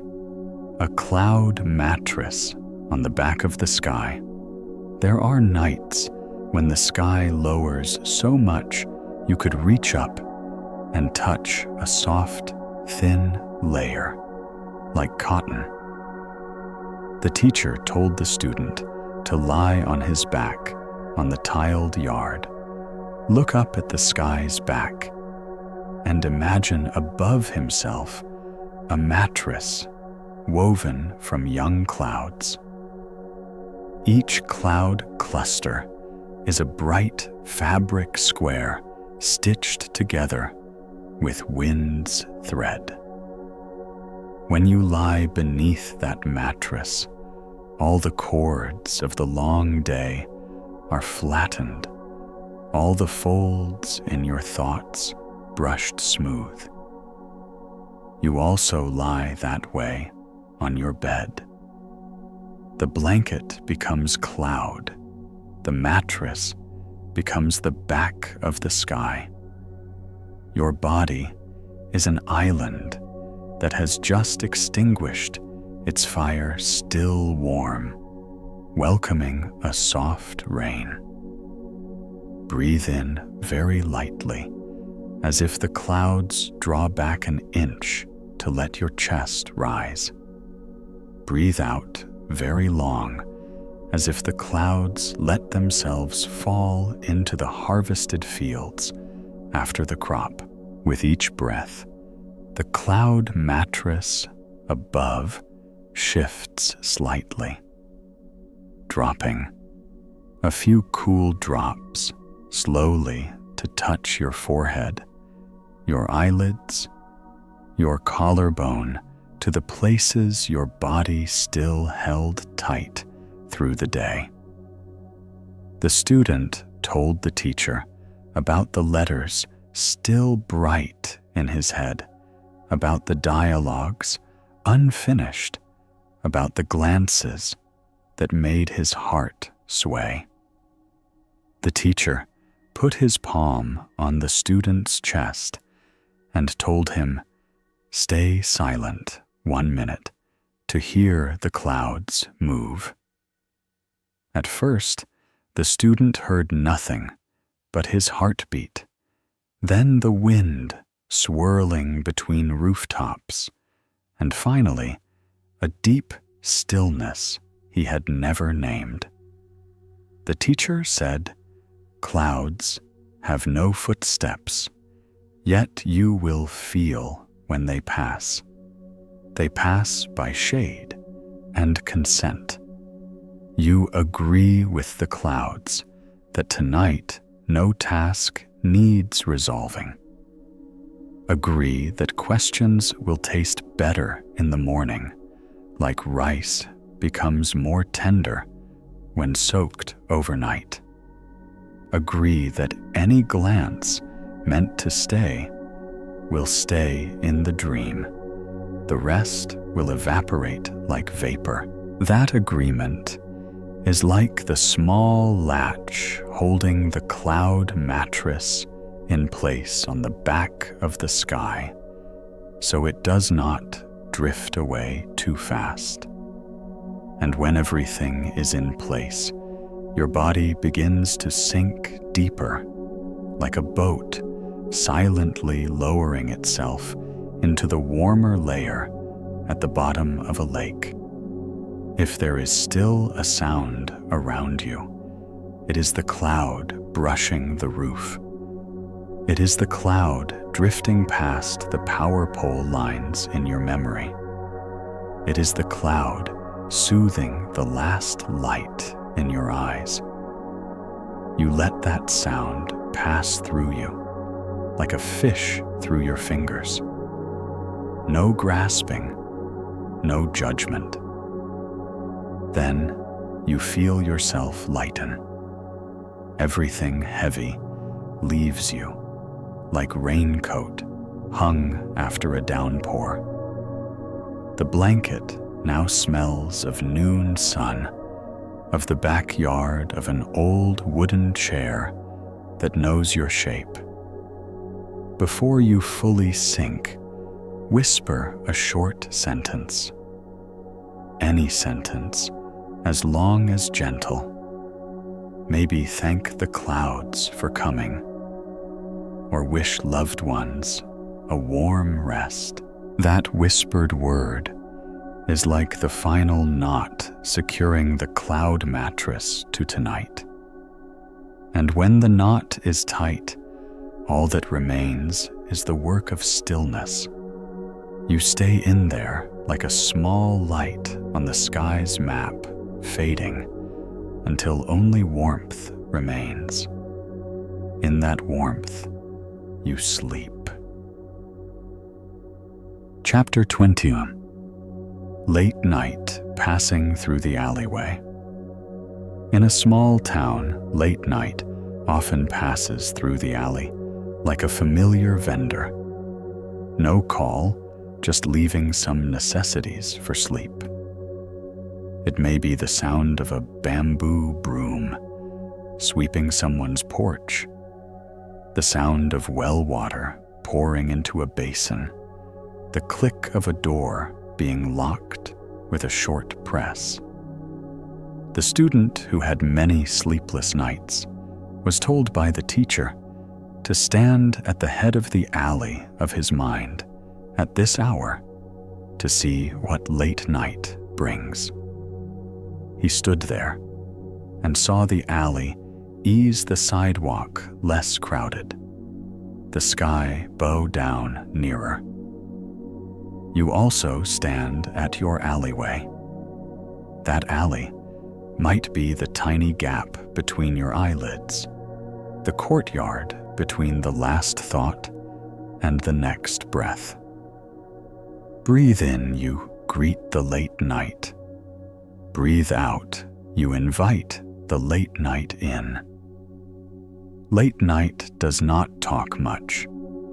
Late night knows how to arrange things in the cupboard within reach. The tired shirt goes in the lower drawer. The joyful shirt folded middle. The fearful shirt hung outside the porch for the wind to blow through the night. Tomorrow will differ. Tonight, just let late night do its work. The teacher opened the door for the student, led him down a long, narrow corridor where every echo fades after 2 or 3 steps. He said the corridor is something day people seldom notice, but late night needs it. It is where sounds are taught how to become less sharp. You have such a corridor inside you, running from your brow to your belly. Walk it very slowly. Each breath is a step. At each step, you place down one unnecessary thing at step 1, a late reply at step 2, a small annoyance at step 3, an unfulfilled longing. Then the corridor clears, and your steps are soft as a drop falling into a sponge. Outside, at the alley's head, late night still moves slowly. A motorbike starts far away, then stops like a thought, about to continue, but told the path ahead is dark. Go tomorrow. You hear the late night, then you hear the silence. Between these 2 sounds is your bed, your back, your square pillow, like a small window looking onto the garden. You press your face into that window. Inhale the old grass scent. Exhale a thin dust sheet left in the day. You surrender smartly, not because you are tired, but because you know there are battles that are only beautiful when unfought. The student asked the teacher, "Where does late night go after the alley head?" The teacher smiled. Late night goes to the place where it must become thin, so that dawn may become full. You listen and know the time of dawn has not yet come. Now is the time of late night. You allow the night to shuffle its cloth sandals throughout the house. Look back at all things, turn off unnecessary lights, cover those glass doors that flash with light when all is just dark enough. Late night nods at you as a friend so accustomed to the house that they do not ask where to place the glass. You nod back, smile, then lie down. Let the alley head inside you, close without creak. And when late night passes through, it leaves a small gift at your bedroom door. It is a bag of calm tied with a slender string. You do not need to open the bag. Just knowing it is there is enough to sleep, like a child knowing a parent lies in the next room. With that peace, your eyelids close like the half-shut gate of the alley. Behind that gate, the night begins breathing in the rhythm of the family home. You hear and you sleep. Chapter 22. The Pillow's Whisper. There is a kind of sound that appears only when the head touches the pillow. It does not form words, does not carry a melody. It is the very gentle rub between fabric and hair, between cheek and cotton, between breathing and listening. The student many times thought it was noise, tossing irritated, but one evening the teacher told him, "Do not fight it. Listen to the pillow as though it were a friend speaking slowly with pauses and very patiently." When he listened, all the restlessness turned into tiny dust particles, floating, then falling to the shelf, silent, as if they had never existed. You place your head on the pillow now. If the pillow is too tall, remove a fold. If too low, double it just so your throat opens and your airway is unblocked. Inhale. Let your cheek find the soft spot. Exhale. Let the pillow form a thin cradle around your ear. The pillow whispers, "Today is enough." It whispers tomorrow, "You need not wake for preparation." It whispers some stories are better told in dreams, where the characters are kinder, where the ending smells like mint. You nod very slightly enough for the pillow to know it has been heard. The teacher brought out a freshly laundered pillowcase, handed it to the student, and spoke about the scent of cleanliness. The scent of cleanliness is not the scent of nothing. It is the smell of things washed by water and dried by sun. You inhale and feel in your lungs a window opening onto a sun-drying patio. How many times today did you strain to clean something in your mind, the harder you scrubbed, the more it smeared. Tonight, water and Son of Time will take care of that. For now, as the pillow whispers, you only need to lie still and allow the soap bubbles to dissolve in their rhythm.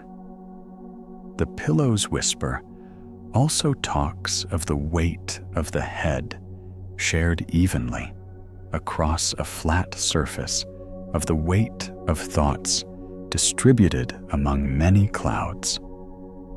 When burdens are redistributed, everything becomes unexpectedly light. You feel your eyelids heavier by a touch, your lower lid touching the upper, like two old friends meeting after a long journey. Your neck stops arguing with the plane.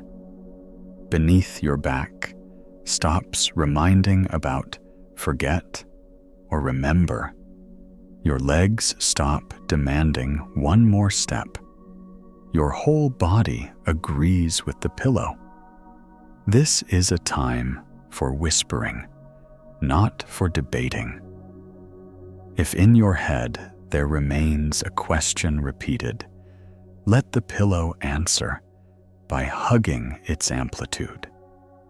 The pillow does not say no and does not say yes. It says enough. Enough asking, enough forcing, enough striving. One quiet word enough may be enough for tonight. You hear that word and offer thanks, as though thanking the ticket seller for slipping you the window seat so you may rest your head soundly. And when that quiet thanks falls, the pillow grows quieter until only the sound of breathing remains. That breath needs no one to teach it. It is the lullaby of your earliest days that the body has never really forgotten. You pull the blanket up to your shoulders, your hand on your belly, by the habit of sleepers who know sleep. No need to count sheep. No need to clamp your eyes shut tight. No need to get up for water. Everything is ready, like a stage whose backdrop is set and lights dimmed, only awaiting the velvet curtain to fall. And the curtain falls so softly, without a hiss. The night steps out behind the wings, leaving stillness to do its work. Stillness bows once and folds you into its embrace. There the pillow whispers, "No more," for you have arrived in the deeper part of rest. Chapter 23. The blanket like a wave. There are nights when the blanket suddenly becomes like a gentle wave. You pull it up to your chest. Feel the edge of the fabric brush ever so slightly against your collarbone, like water touching sand. The teacher once taught the student, "Let the blanket lead, like a wave leads a boat, not fast, not slow, just following the moon's rhythm."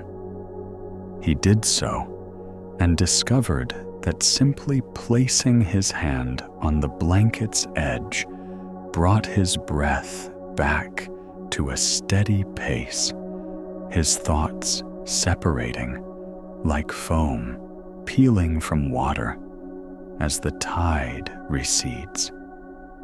You lie still and imagine the blanket is the surface of a summer sea. Inhale at the moment the wave lifts you slightly. Exhale at the moment the wave lowers to reveal the long stretches of sand. With each lift and drop, your body lets something go first, the shoulders, then the neck, next the sides of your hips, then the toes, which often curl after a long day. No hurry, just consent. Consent to the wave, doing its work to the blanket, doing its work to the night, doing its work. The student told the teacher that within him were still anchors, problems unfinished. The teacher picked up one grain of sand, dropped it at the water's edge, and said, "No matter how large an anchor is, it becomes light when the water is deep enough." The depth of the night lies not in the darkness, but in ceasing to argue with the small waves. You listen and let your first anchor go. Maybe an old question, maybe a plan that needs overnight rest. The wave quietly carries it away without asking further. The blanket now has the smell of midday sun, the sound of fabric speaking with skin, the feeling of something long familiar. You recognize your face has stopped tightening. Your lips stopped thinking ahead. Your eyelids stopped resisting. Everything moves toward a harbor of quiet where you hear your own breath rising and falling like the steady oar beat at the side of a boat. You want to whisper a small thank you to the blanket, but need not speak it because the wave understood. It cradles you like water does, close but not clutching, warm but not hot, near but not holding. And when the wave of the blanket has found its rhythm, you almost cannot tell whether you are lying on a bed or drifting on a calm sea. The room, too, ceases to be four-wall. It becomes a wind-sheltered bay where boats choose to anchor each evening. There, you close your eyes like a sailor. After tying the rope, lean your back against the boat's side and let the night keep watch. All the rest will wait for the morning sea to speak. For now, you sleep. Chapter 24. The Lullaby of the Ceiling Fan. On the ceiling of your room, there is a fan making slow rotations, each revolution a brushstroke writing a silent lullaby.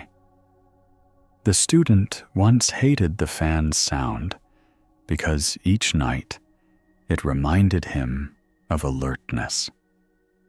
One day, the teacher said, "Count the fan's rotations like you count the footsteps of a kind friend guiding you home after a long evening."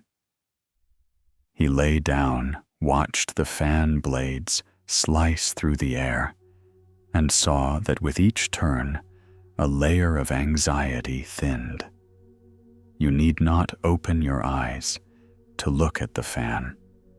Only listen to the wind made by it brushing the edge of the curtain, passing your ear, and dissolving into the room's background. Inhale, hear the wind drawing near. Exhale, hear the wind receding. The sound does not ask you to do anything. It only asks permission to take over from the day, to stand guard at your dream door. Gradually, you begin to perceive the quiet interval between two fan turns, a short stillness, but persistent repeating, like a reminder that the night is still here and you are not alone. The teacher told the ceiling fan does not blow away life's heat. It only rearranges the flow of air so the parts needing coolness get it first. The lullaby of the fan, similarly, does not remove all worries, only arranges them into a queue. Those that need sleep first will sleep first. You place your largest worry on the chair opposite, so it may hear the lullaby with you. 1 rotation, 2, 3, then it stops wriggling. The lullaby does not scold, does not argue, does not lecture it, merely whispers by wind that it is late. You adjust your pillow so your throat opens the airway straight, so each fan turn goes deeper into your lungs. Your body understands this signal. The chest flattens a little. The lower belly softens. The shoulder blades find the perfect sync. The fan passes above your head, leaving a sensation as though a cool palm brushed your hair over your forehead, over your temples, over the eyelids growing heavy. Everything moves slow enough for the heart to downshift, gentle enough for the mind to stop adding commentary. The fan's sound is no longer just mechanical. It becomes the house's breath. The house breathes so that you may sleep. The walls breathe with the old paint's smell. The floor breathes with wood's expansion. The curtain breathes with fabric's flutter. You lie in the center of that small symphony. No instrument stands out. Each plays its part. Eventually, the lullaby no longer needs a listener because the listener already sleeps from the first note. Chapter 25. The letter, folded from darkness. The night is like a sheet of glossy black paper that can be folded into countless shapes. The teacher has a habit of folding letters from darkness to send to students who cannot sleep. Those letters contain no words, only folds. The student, when he first received one, was surprised. He picked it up, touched its smooth surface, traced each crease, and felt his chest settle. A beat.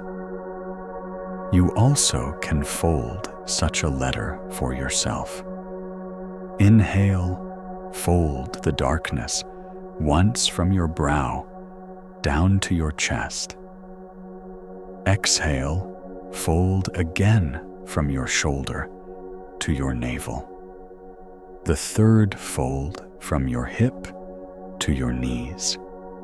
The fourth from your ankles to your toes.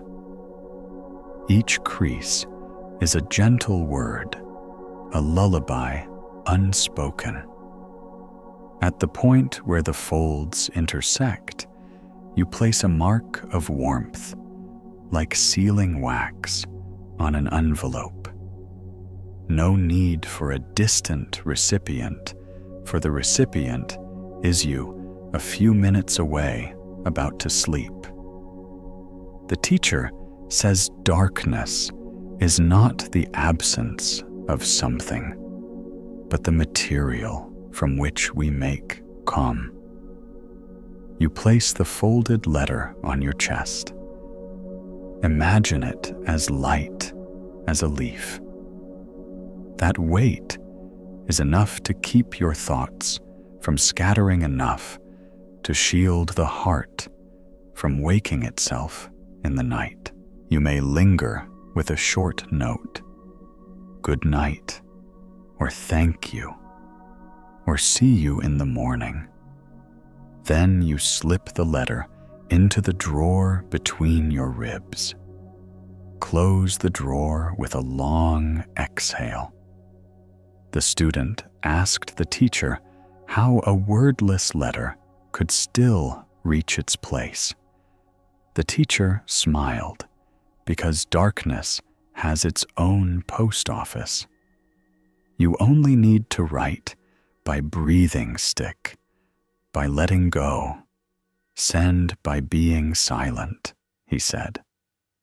The post office works all through the night, delivering straight to the dream chamber, without knocking at the door. You hear this and feel the folds inside. You are now aligned. The sharp corners of the paper once made your chest sting. When you remembered, they are now softened. You pull the blanket a little higher, as though gently placing the wax-sealed envelope down. The room slows. The objects stop shining in your memory. The long day falls like a heavy coat hung by the door. In the last moment, before your lids close, you catch sight of the darkness.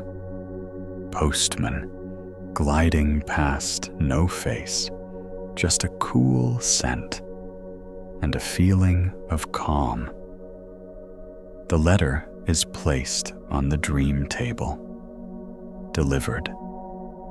Then the messenger treads away on tiptoe. You need not read it, for in the dream you will understand. Thus, the letter folded from darkness has completed its task. It keeps the room inside you, tidy all night long, keeps the heart aware of time. Tomorrow morning, when you open your eyes, you will see a faint crease on the palm of your hand, like a receipt stamped. For now, let the letter lie quiet in the drawer of your chest. Let the house dim its lights. Let the night withdraw its footsteps, and let sleep step in like a loved one, returning after a long journey.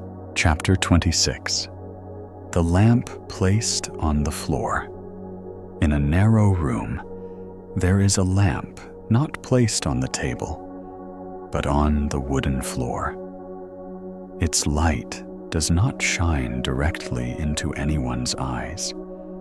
It drifts under the bed, slips past the side of a cupboard, brushing along little cracks, like a fingertip, gently comforting. The teacher told the student that sometimes light needs to be placed low so that the heart can descend. The student sat cross-legged with the teacher, backs leaning against the wall. From that vantage, the world became kind. The shadows of objects stretched like well-behaved cats. The sound of wood expanding quietly became the breath of the house after a long day. You also invite yourself to sit low in your mind. The pillow becomes a warm wall.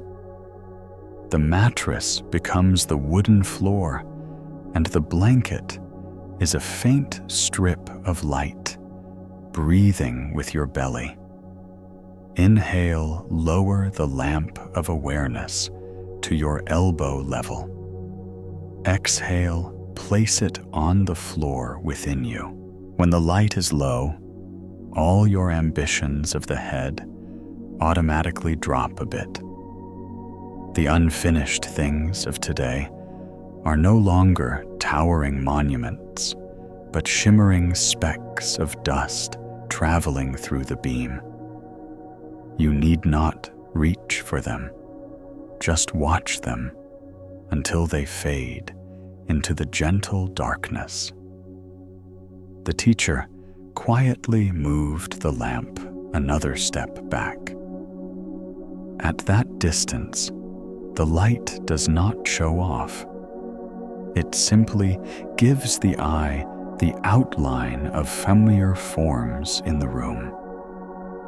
The student suddenly felt his chest soften like an empty sack, his heart beating evenly and no longer wanting to argue.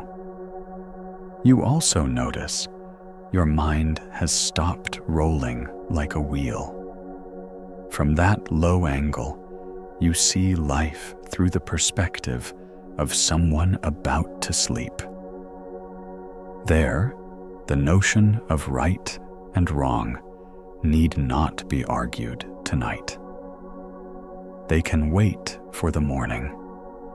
For now, there is only lying down. The lamp on the floor has a habit of dimming gradually rather than switching off suddenly.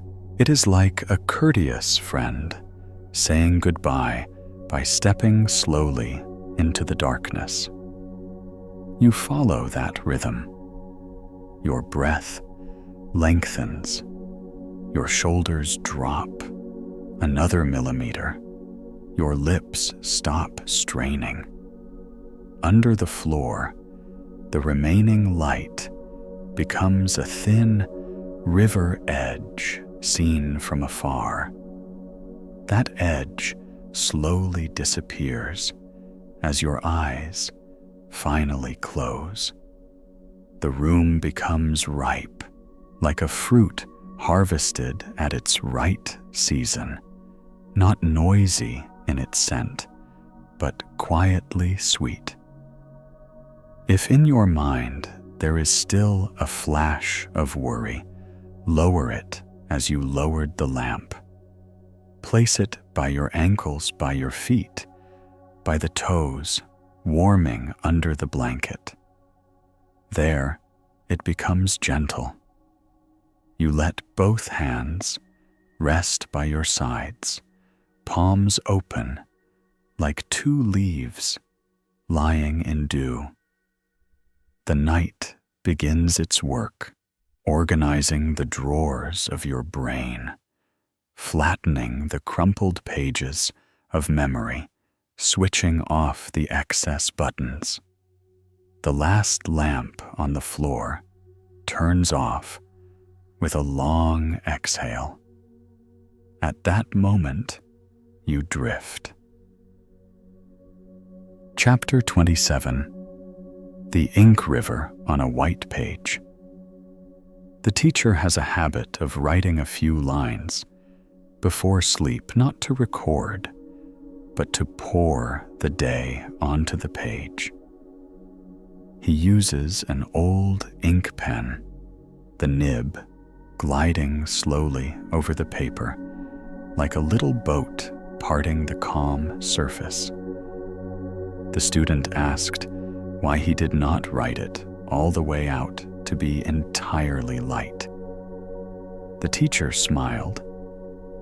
It is not about writing to finish, but writing so you no longer want to write. When the ink line becomes long enough, it becomes a river. That river flows out of the head and into the page so the head may rest. You also can imagine a white page waiting for you. Inhale. Dip the imaginary pen into the ink well of your breath. Exhale. Place the pen on the page. With each breath, draw a smooth ink line. No need for words, just lines. The lines lead your thought streams out of your brow, escape through the pen, tip flow down the page, like water draining after rain. The longer the river gets, the quieter the head becomes. Then at some point, you realize the pen has stopped because there is no more cueing words. The teacher folds the page and places it on the table, like a librarian placing a just-returned book. He says to the student, "Books need to rest. The head needs to close." You close the imaginary notebook's cover. Hear the paper, touch paper with a small sound. In that sound, your spine is straight enough, then relaxes your shoulders. Drop your nape, softens. The ink river on the page still flows, but off the page, all is peaceful. You lie down, feel beneath your back the ground of a harvested field, still smelling of ripe straw. Above the wind passes like someone turning a few thin pages of the night. If a thought wants to sneak into the end of the page, you smile and point to the margin. The margin is for whatever wants to return in the morning.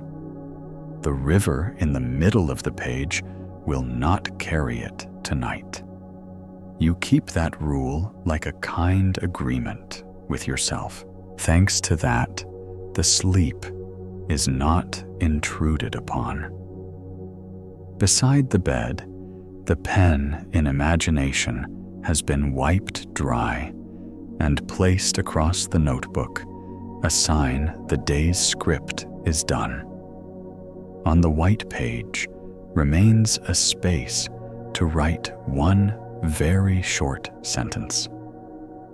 Maybe, "Thank you to my body for bearing today."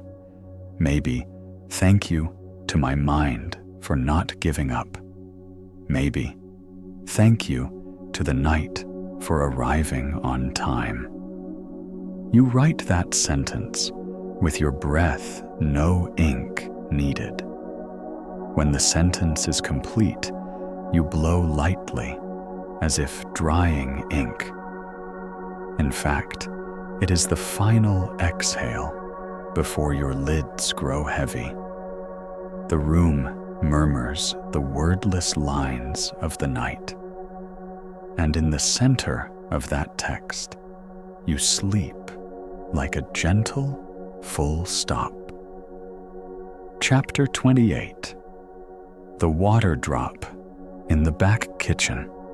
At the end of the house, there is an aluminum basin placed under a tap. Every night, someone often forgets to tighten it fully, so a single drop of water continues to fall. The teacher said the drip sound is the kind night watcher signaling the house that the night is still alive.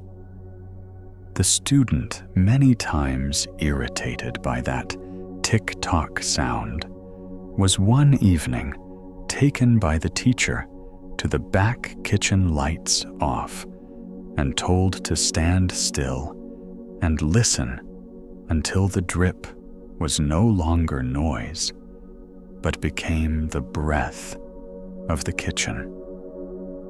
When he returned, he was surprised to feel his heart calm. You think of the drip in your back kitchen, If you do not really have one, you can borrow that sound in imagination. Inhale, the drop is about to fall. Exhale, the drop touches the basin. The moment of touch is a full stop, the beginning of a thin silence before the next drop forms. You follow that silence. At first, it is small, like a dust speck in a sun ray. Then, as your body relaxes, the gap becomes the size of a leaf. Then, big enough to fill your palm. Then wide enough to hold your head. The teacher bent and tightened the tap. The drip fell sparser. He said, when the outside slows down, the inside becomes sufficient to continue. You listen and feel there is an invisible tap inside your chest. On days when it's too open, you will be tired. Tonight, you turn it gently to smaller. The water of worry now falls in drops, enough to signal, but not enough to flood. The tick-tock becomes a steady backing beat to your breath, like a musician's low note, keeping time for the orchestra. In the dark, the back kitchen becomes a small meditation room.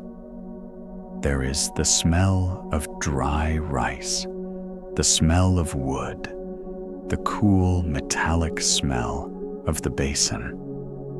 Those smells stand beside each other, without competing. You allow your mind to stand beside them, the same way, no pushing, no yao cue. Just present. From the back kitchen, a slow, cool current enters the house, passes through the corridor, through the living room, through the half-closed door, and reaches your bed. It stops at your ankles, asks quietly if you need anything more. You shake your head inside. Nothing more is needed. The final drop falls before the tap is fully closed. That sound is like someone snuffing out a distant candle. You hear it and know your shift is over. The chairs in your mind pull themselves back into place. The books stack themselves. The pictures on the wall smile in the dark. You turn on your side, curl just enough that the blanket hugs you close. Your eyes weigh like the old kitchen door's wooden panel, swelled with seasons, but closing tight because the home trusts you. When the silence between the last two drops expands, it becomes a lake surface in your chest. On that lake sits a little boat with no oars, but the moon is the oar. It drifts so slowly that no word can describe it. And at that pace, you enter the deeper part of the night, where no drip is needed, because all rhythms know their way. There you sleep, simple and long. Chapter 29. The Scent of Old Books in the Night. In the quiet room, there is a bookcase standing still, like a longtime friend. By day, the spines of books silently watch hurried footsteps. At night, when the house's footfalls decrease, the smell of old paper rises very gently, like a sweet memory finding its way home. The student once told the teacher he was afraid of the night because his head shone too brightly. The teacher brought him to the bookcase, not to read, but to stand near. Inhale, smell paper that has passed through sun and rain. Exhale, let the old stories within the books pass through you like a gentle stream at the crossroads. You also stand near your own bookcase, even if only in your mind. It may be the scent of a journal with yellowed edges, or of an old magazine still bearing the scent of printing ink. Inhale. You invite that scent into your lungs. Exhale. You allow the muscles of your face to soften like leaves touching the ground. The smell of old books tells you there have been many warm nights passing this world, and tonight will be like that too. In that silent message, the sharp threads of thinking retreat, making way for a cool flatness on your forehead. The teacher pulls a book from the shelf, does not open it, but hands it to the student. The weight of the book names a simple truth we may place the day into here. The student hugs the book to his chest, noticing his heartbeat align with the room's still rhythm. You may also hug the nearest object, a pillow, a folded blanket, or simply the idea of a book growing warm. Inhale your arms, circle a little. Exhale your arms, open just enough for breath to pass like a half-open door. Thanks to that, the calm arrives without struggle. The smell of old books is the smell of stories already ended in peace. The characters are at rest. The turns are no longer your worry. Tonight, you borrow that smell to finish your day's story. No need for a perfect final sentence. Just a small, full stop placed by breath. Inhale. Write half a sentence. Exhale. Place the full stop. One sentence, then another, until the day's page is thick enough to close. You imagine the book's cover touching itself with a faint sound, gentle yet sure, like an old wardrobe door closing. If one last thought tries to pull you back, place it in tomorrow's table of contents. Tomorrow has its light for those questions. Tonight has darkness for gentle sleep. The student understood when he found he no longer wanted to turn the page. He placed the book back, withdrew his hand, as if afraid to dissolve the scent of paper too fast. You pull the blanket up to your chest. Let the clean fabric scent mix with the old book scent in your mind, creating a library's warmth. There, the librarian is the night, and the only job is to watch you sleep quietly. The smell of old books also reminds of the hand that once turned the pages of whispers by the window when rain fell. You borrow those memories to pave the way for your sleeping step.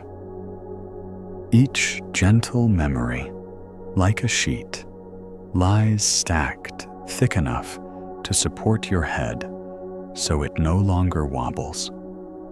The room dims at your breath's rhythm. The wall corners soften.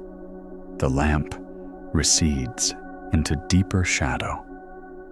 When everything is only soft presence, you quietly thank the pages that passed through your life. Then you close your eyes, like closing a gentle book, and sleep turns the page instead of you.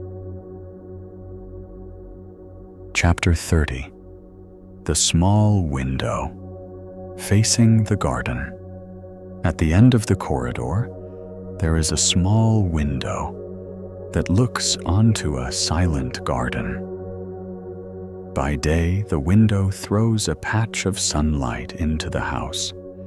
By night, it borrows the sky to serve as a mirror for thoughts that wish to settle. The student once stood before the window pane while his mind still moved like water stirred by a breeze. The teacher told him to open the window just a little, only a small crack enough for the breeze to find its path. You do not need it wide, he said. The garden does not like anyone being noisy. Inhale, smell the plants. Exhale, return to the garden. The things stuck in your hair. You stand before your own window. It may be a real frame of glass, or simply an idea just behind your brow. Inhale, you invite the garden in through the crack. Exhale, you send out the residual sounds of the day still on your hair. The small window makes the pace of everything slow. The distant hum of vehicles becomes a thin glide. A neighboring door closing becomes a gentle bass note. Outside the silent dome of trees in the imagined garden, boughs places a cool layer of air on the windowsill. You lean your elbow lightly, feel your body grow lighter. The teacher rolls a wooden chair to the window. He sits and invites the student to sit too. No one speaks because the garden speaks in the language only the heart hears. The heart says it is late now. It's time for the small things to come home. You listen and understand, then curl your toes lightly and release them. Pull the pillow into a comfortable notch. Let your shoulders find rest. The left arm rests on your belly, like holding a leaf from flying away. The right arm drops as if letting a tired bird land. Every motion follows the garden's shared rule. Slow. Outside, a small insect walks on a leaf. Its footsteps cannot be heard, but the sense of it makes the night have a deeper life. You realize that within yourself, when a small thought still walks but no longer makes noise, it found a gentle path in the garden and goes until it is tired. When it stops, the whole garden seems a little deeper. You also listen a little more. Your eyelids droop like ripe fruit, longing for the branch. The teacher said the small window is the kind of door born to shut.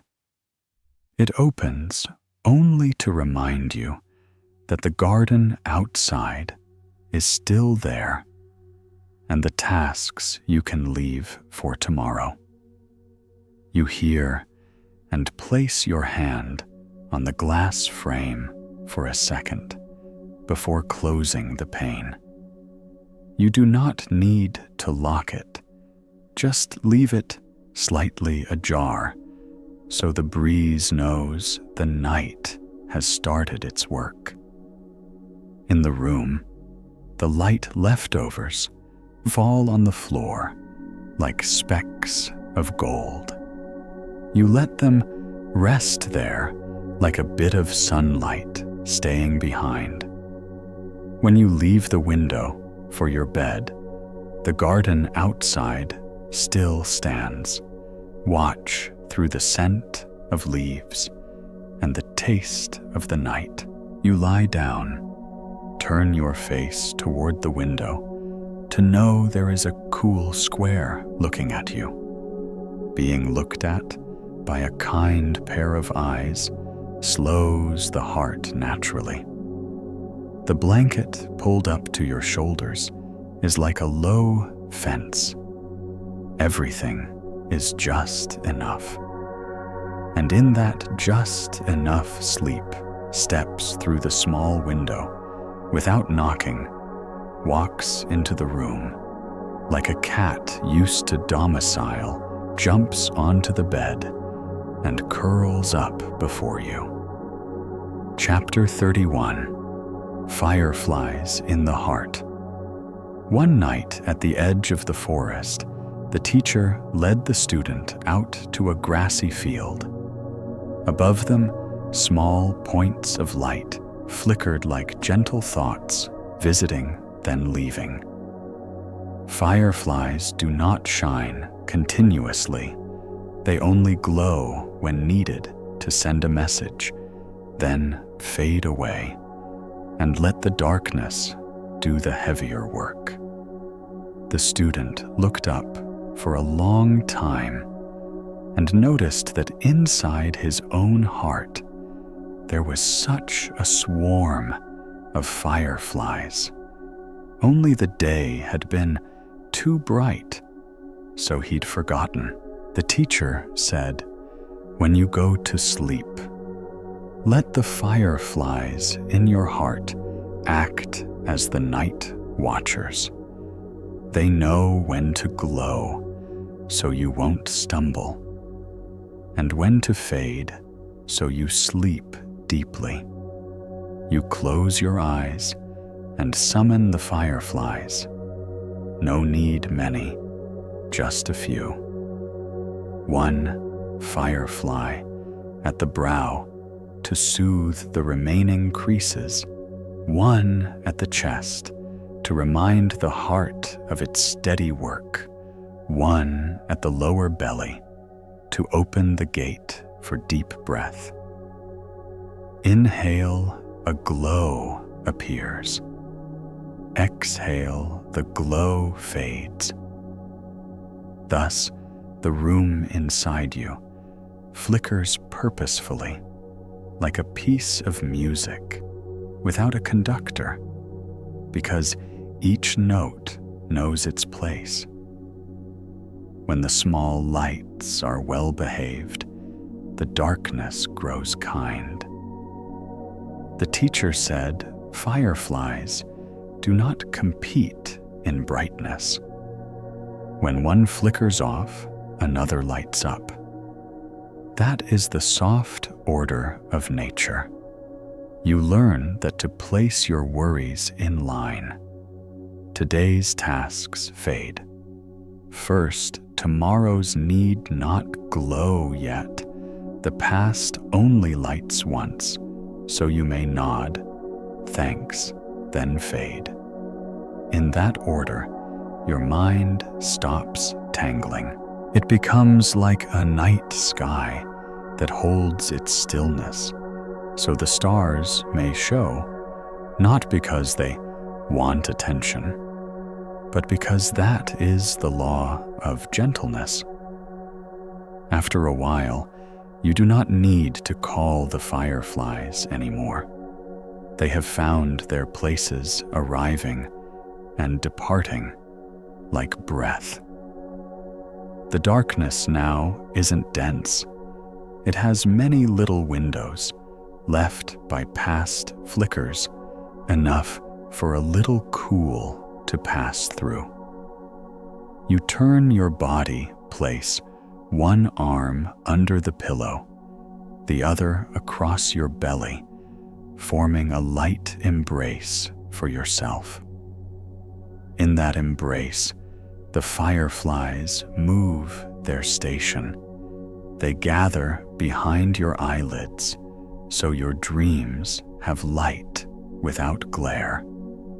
The night continues like a forest without big sounds, just leaves brushing each other very softly. The fireflies in your heart keep the longest shift, waving their flags in rare flashes, just enough for the dream to find its way in. The student slept for the first time without trying, because he was busy watching his own fireflies and forgot he should sleep. You also forget, and in that forgetting, your eyelids close fully. Lips soften, chest settles, belly warms. The fireflies fade like a performance complete. In the morning, when you open your eyes, you may not remember when you fell asleep. You only remember a feeling that small lights reassured you. That is enough. And tonight, before drifting into your deepest part, you send a wish to the forest inside you, where everything knows when to shine and when to turn off. The wish needs no words, just a long exhale and a very light smile at the corner of your mouth. Then stillness takes over. There you sleep like a little light that just went out to give place to peace. Chapter 32. The warmth in the night's cup of milk. At the end of the day, the teacher poured a cup of warm milk into a small ceramic mug whose glaze had the hue of a golden waning cloud. The steam rose so thinly that a slight tilt felt like wandering into mist. The student sat opposite, the eyes of his many daytime questions trembling lightly and then subsiding. The teacher said, "Some nights do not need words, only a warmth placed in the right spot." He set the cup of milk into the student's hands and told him not to drink too quickly, but let the palms learn how warmth passes through skin. You do the same in imagination. Inhale. You lift your cup of milk with both hands. Exhale. You bring the rim of the cup gently to your lips without drinking yet. The heat glides over the lip through your fingertips, across the fine folds of your palms, awakening memories of those moments when you were warmed just in time. In those memories, the wind stood outside the door. The rain paused on the roof, and inside all was intact like a kitchen just cleaned. You let that warmth linger one beat longer in the center of your chest, where the heart patiently counts the day. The student asked the teacher, "Why milk, not tea?" The teacher smiled, because some nights require softness more than alertness. Tea summons the mind. Milk summons the body. The student nodded and took a small sip. The sweet taste glided down the throat like a thread connecting inside and outside. You too take your sip in mind. As a result, your tongue stops searching for unwritten words. Your throat stops holding redundant tones. Your chest loosens, belly falls, the warm stream lands in the coldest place of the day, and there it kindles a gentle glow. The teacher took a tissue and dabbed the milk drop on the cup rim, teaching the student that peace also needs to be dried. Don't let dampness linger to weigh matters down. You hear and wipe off a drop of worry lingering on your brow, a drop of restlessness still lodged in your shoulder. Done, you set the cup down on the table. Hear the ceramic touch wood, so faintly you might imagine a star landing on the roof. That tiny sound is enough to signal the night shift has begun. You lie down. The cup of warm milk becomes a warm zone at your lower belly. Inhale. You invite that warm zone to spread to your left rib side.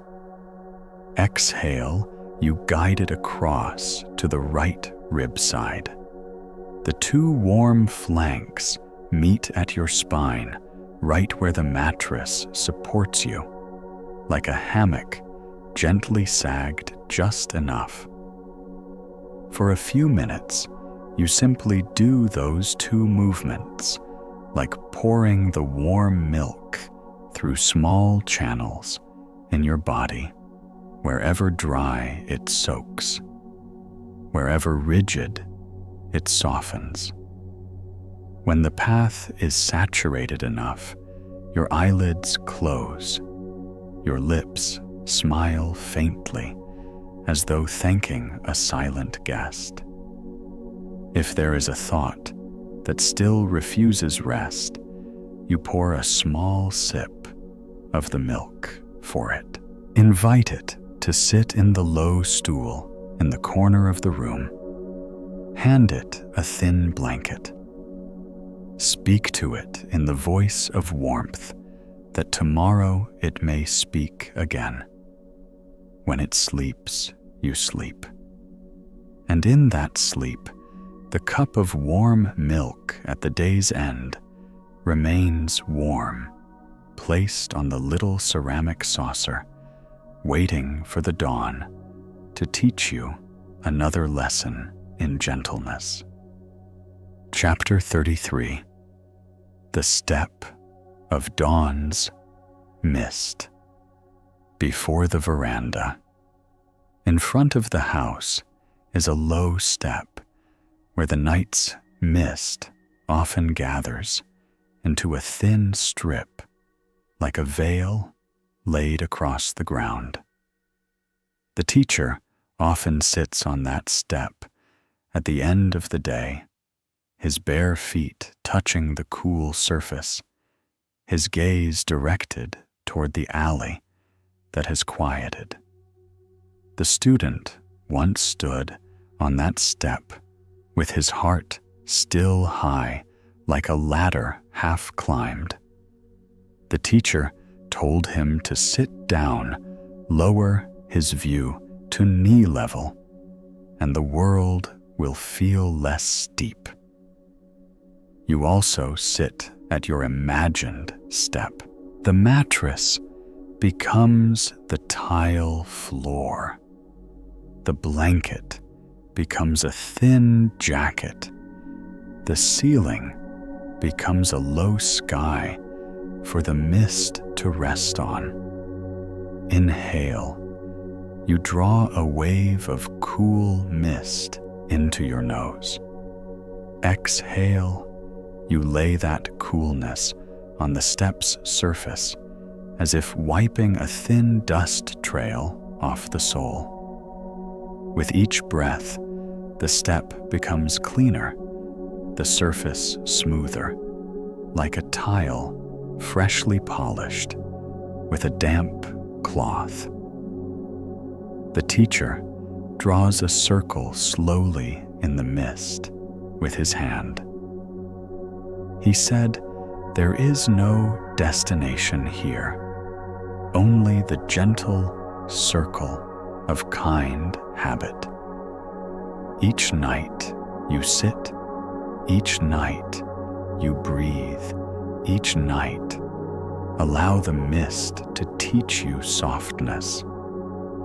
The student watched the circle and saw that all his rushed plans inside his mind turned into quiet dots.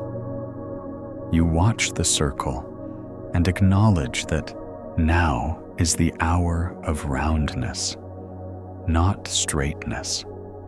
Round to hold. Round so you don't pierce anyone. Round so you don't hurt yourself. You press your heel lightly to the step's edge, like striking a musical note. That note reverberates from your ankle, up your calf, to your knee, then dissolves into your thigh. A small wave of that note invites your muscles to stop holding their breath. From your neck, you release the invisible line stretched between your shoulders. From your jaw, you loosen the clasp that clenched all day. From your eyes, you draw the curtain like a careful host closing the drape before sleep. The step becomes silent, like a calendar page just turned. By the veranda, wind passes, carrying the scent of wet leaves and the quiet whisper of insects changing shifts. You do not name the scent, nor count the sound. You simply let them pass through you, like respectful visitors. Each guest carries a little cool leaves, a little quiet, then silently steps away. You nod inside to welcome them. When the step is cool enough, you rise very slowly, turning toward the house like someone who has finished bathing dry light. You lie down on your bed, bringing with you the thin strip of mist, like a silk scarf draped around your neck. That scarf softens your breath. Your sleep becomes gentle. The step remains outside the veranda, but its feeling has entered you, becoming a cool plane under your back, a modest dark corner above your eyelids, a silent goodnight greeting. You close your eyes. Outside, the mist continues to weave another layer over the night. Inside, you are draped in a layer of quiet.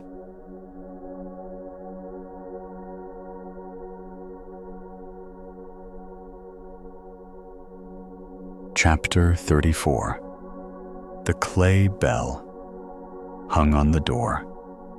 A small clay bell hangs beside the door frame and stays silent most of the day.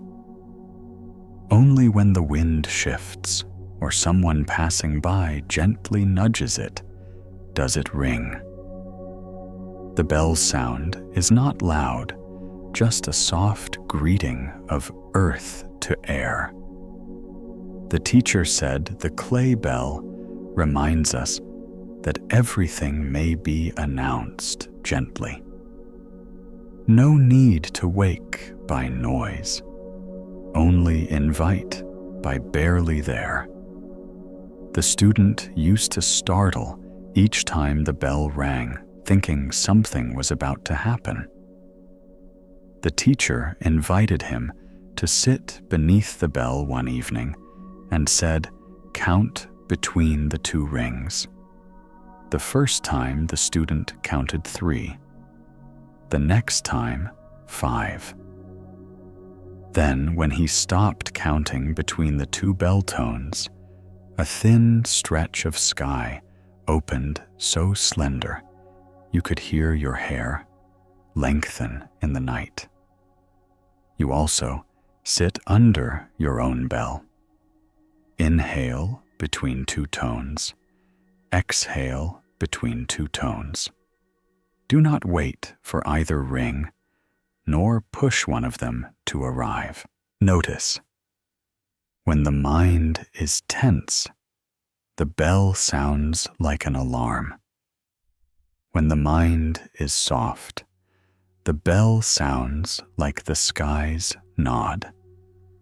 You invite the bell into your chest. Hang it with an invisible thread at the sternum. Each breath is a small breeze.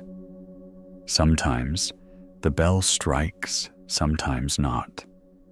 Not striking is also the sound, because to strike is to be still, and still, at the right moment, is the night's music. The teacher dusted the bell with a soft cloth. He said, "Dust is the day's memories. You clean not to forget, but so that the memory will not burden the tone. You also wipe a thin layer of dust from yourself. You wipe by acknowledging fatigue. Wipe by placing your hand on your heart. Wipe by uttering a short sentence. Enough now." When the dust clears, the clay bell becomes full, its tone falling deep into the belly, settling there like a cool pebble at the stream's bottom. You lean aside, let the blanket embrace your back like a half-closed petal. The clay bell outside the door remains ready to sound if wind wants to speak. Inside, another bell has been hung, ready to sound silence if the night must go deeper. The 2 bells agree by a gentle pact: only ring when needed. For the rest, be quiet. Before you fully drift away, you may hear the faint ring somewhere. It may be outside the veranda, or it may be between your 2 ribs.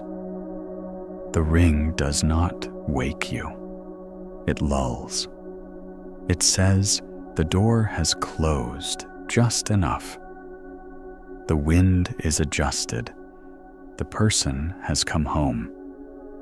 You smile very lightly, like nodding to a friend, passing by with no words needed. Then you let the final ring stretch until it dissolves into a line of silence. On that line, the sleep steps barefoot into place sits beside you, places a hand on your brow, and that is enough. Chapter 35. The thin smoke from the late-night tea kettle. In the little kitchen, a dark, earthen teapot still holds the warmth from the evening. No one speaks. No one is in a rush. There is only the thin smoke, like a strand of pale brown silk rising from the kettle's spout, tracing quiet curves in the air, and then dissolving into a kindly darkness. The teacher places his hand on the lid of the kettle, touching it lightly, as one would touch the forehead of a child whose fever has just broken. The student sits a few steps away, his back against the wooden cupboard, listening to the wind outside the porch, brushing past the eaves, listening to the wood stretch and creak, a familiar sound each night. He has just come through a long day filled with words that demanded answering lines, that needed signing decisions, that required standing upright.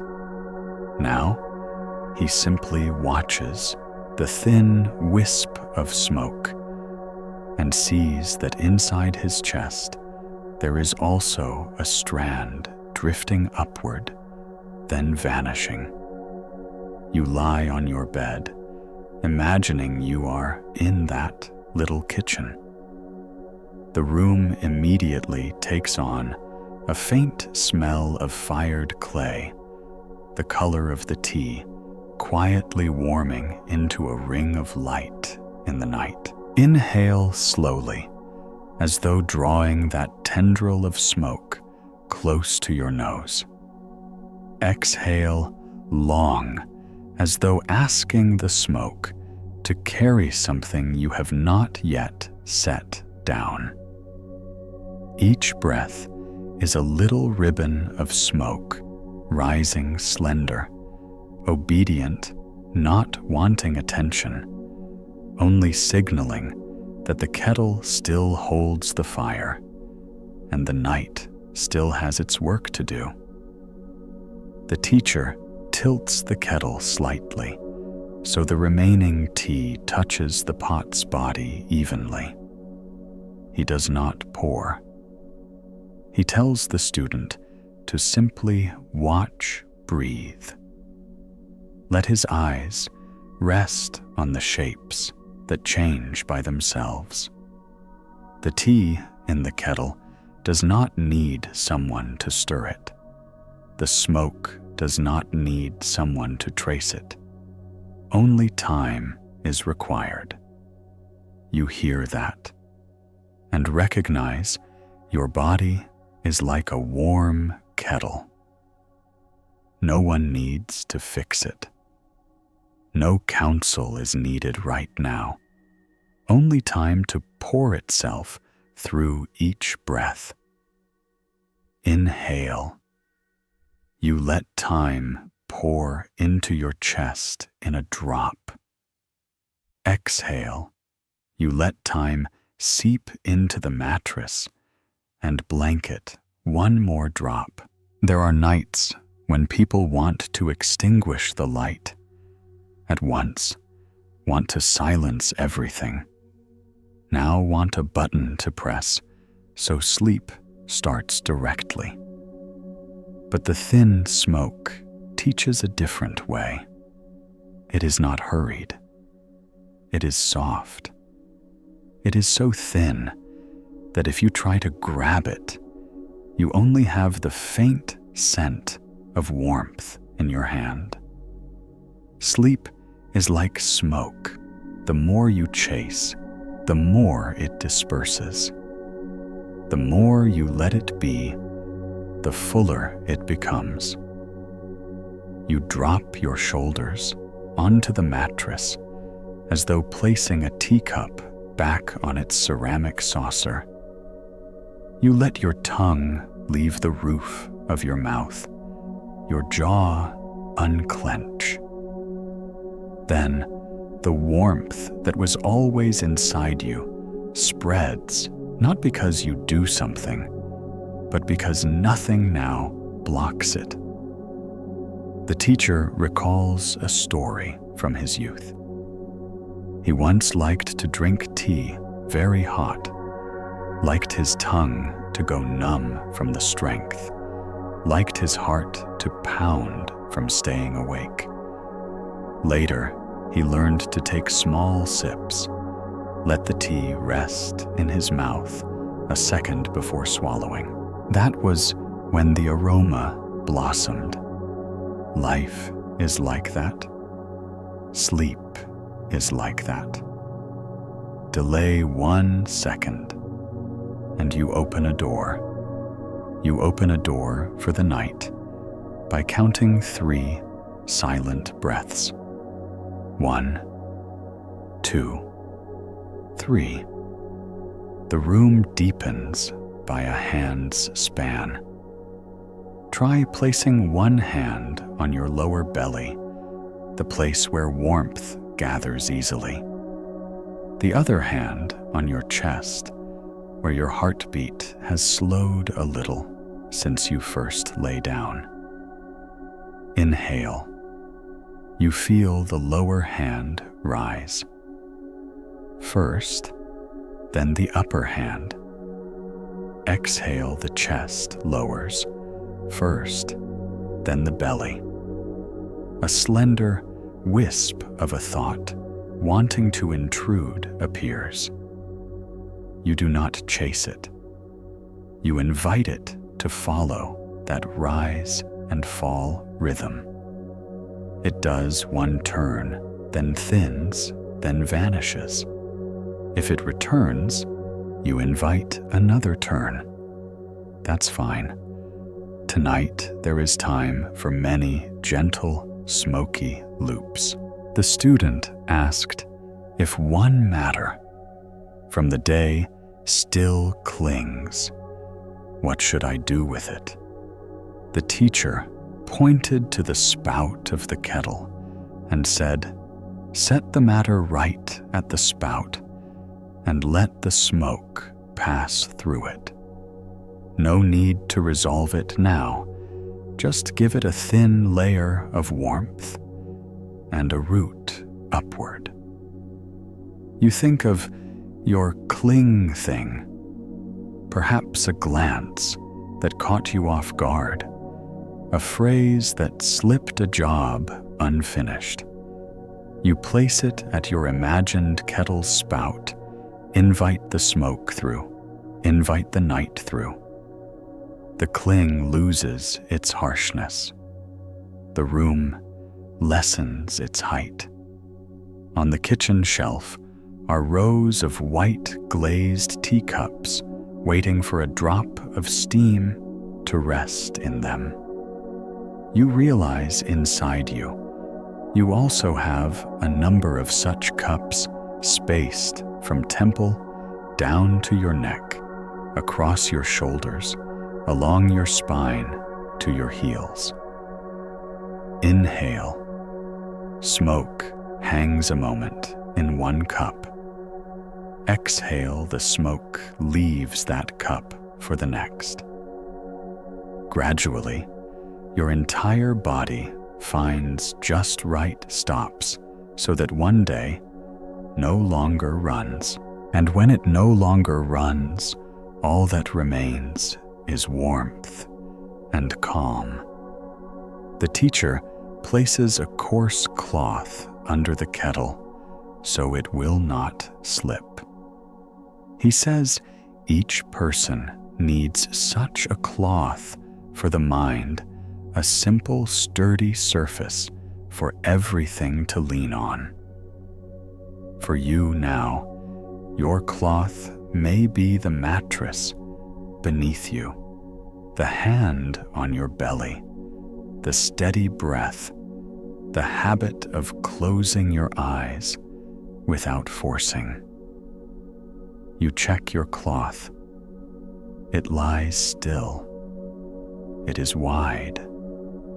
It is thick enough to hold warmth. That is enough.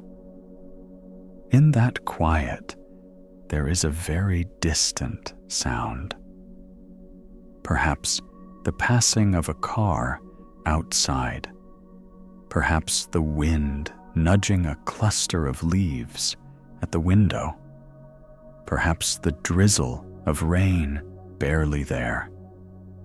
Those sounds no longer carry daytime meaning. They become bass notes in a composition where the conductor is your breath. When the music is in beat, the orchestra of body and mind begins to rest at the right time.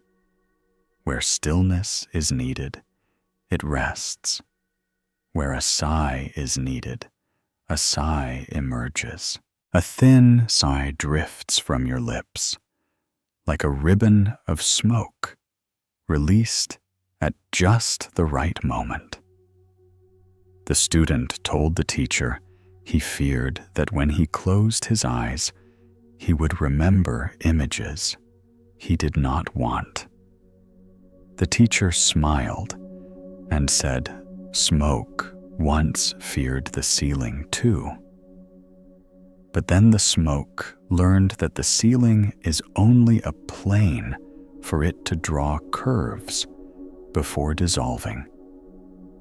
Whatever image arrives, let it draw its curves, then vanish. Do not climb the ladder behind it. Do not reach out. It will finish its trace. You only need to lie deeper into your body as the tea settles deeper in the kettle. You pull the blanket up to your shoulders. The edge of the blanket grazes your collarbone like a small greeting. The thin wisp of smoke in your imagination is now nearly invisible, but you still know it is there because the warmth has not left. Inhale, you know. Exhale, you consent. Two simple movements teach a complex day how to yield space. Outside, the night moves slowly around the house, checks each latch, turns off each switch, retracts each redundant ray. Inside you are reclined on the softest chair you have ever prepared for yourself. If there is still a question shadowing your heart, place it horizontally along the length of your blanket, not upright like a stake. Lying horizontally, the question becomes a thin pillow. Upright, it becomes a stake. You choose the pillow. Lay your face into it and find the question no longer wants to ask. Tonight, there is no need for the answer. The answer will be brewed like tea water, boiled, cooled just enough, poured with the right hand lid, closed, waiting till morning. Morning will have its own smell and taste.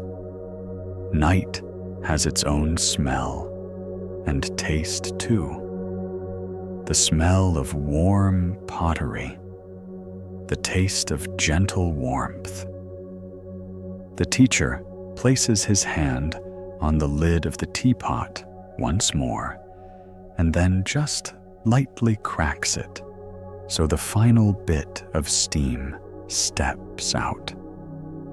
He does this so slowly and softly, it is almost invisible. The student watches and understands this as the ceremony of turning off the kitchen light. You too have a little ritual like this for the bed. It might simply be smoothing a fold in the blanket, rotating your pillow, a quarter circle, touching the edge of the mattress as you might touch a door frame. After the ritual, your body knows it is time to go into the kindly darkness, not pushed, not pulled. In the final minutes, before awareness sinks, you feel your body just heavy enough, like the teapot set back in place, no longer tilting, no longer wobbling. Your head becomes the gentle, sealed lid, locking in the day's aromas so they don't overflow into the night. Your heart beats quietly and steadily, like slow falling drops of tea, just audible if you are still. Your breath sinks to your lower belly and remains there like smoldering coals in ashes, quiet, persistent, not showy. If there is one last thing you need to say to yourself, say it in the language of smoke. That voice doesn't form into words. It is a little gesture in the throat, a softness at the edge of the lips, a thought placed quietly to rest. You let that voice rise, draw a faint line in the air, then dissolve. No one else hears it but you. And because that is so, it is complete. From now on, there is nothing more to describe. The thin smoke has grown so fine, it merges with the night. The teapot stands still. The kitchen stands still. The room stands still. Only your breath continues its work, like a patient night watcher, making soft footprints across the floor. In a little while, just when you stop noticing sleep, we'll place a hand on your forehead, just like the teacher's hand on the teapot lid, touching lightly and long enough to say everything is safe. You go into sleep like the last drop of tea, returning to the pot, warm and deep, without sound, without trace, yet more complete than any moment in the day. If you are still awake, please know this is not your fault.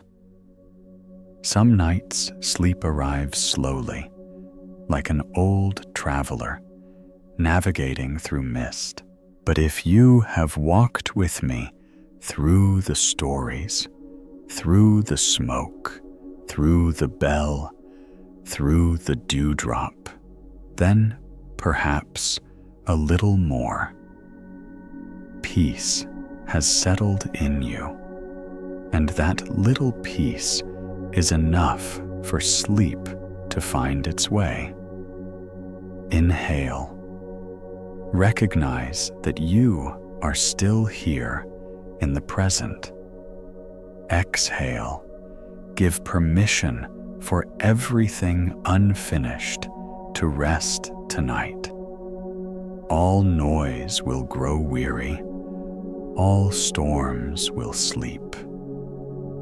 And you only need to lie still, like one holding a small lantern in their hand, not trying to keep it burning, only letting it burn in its most natural way.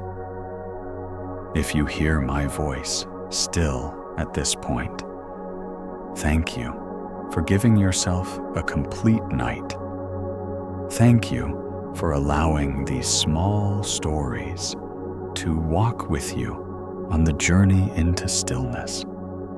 May it be that when you open your eyes in the morning, you find your heart a little lighter and the world outside a little softer.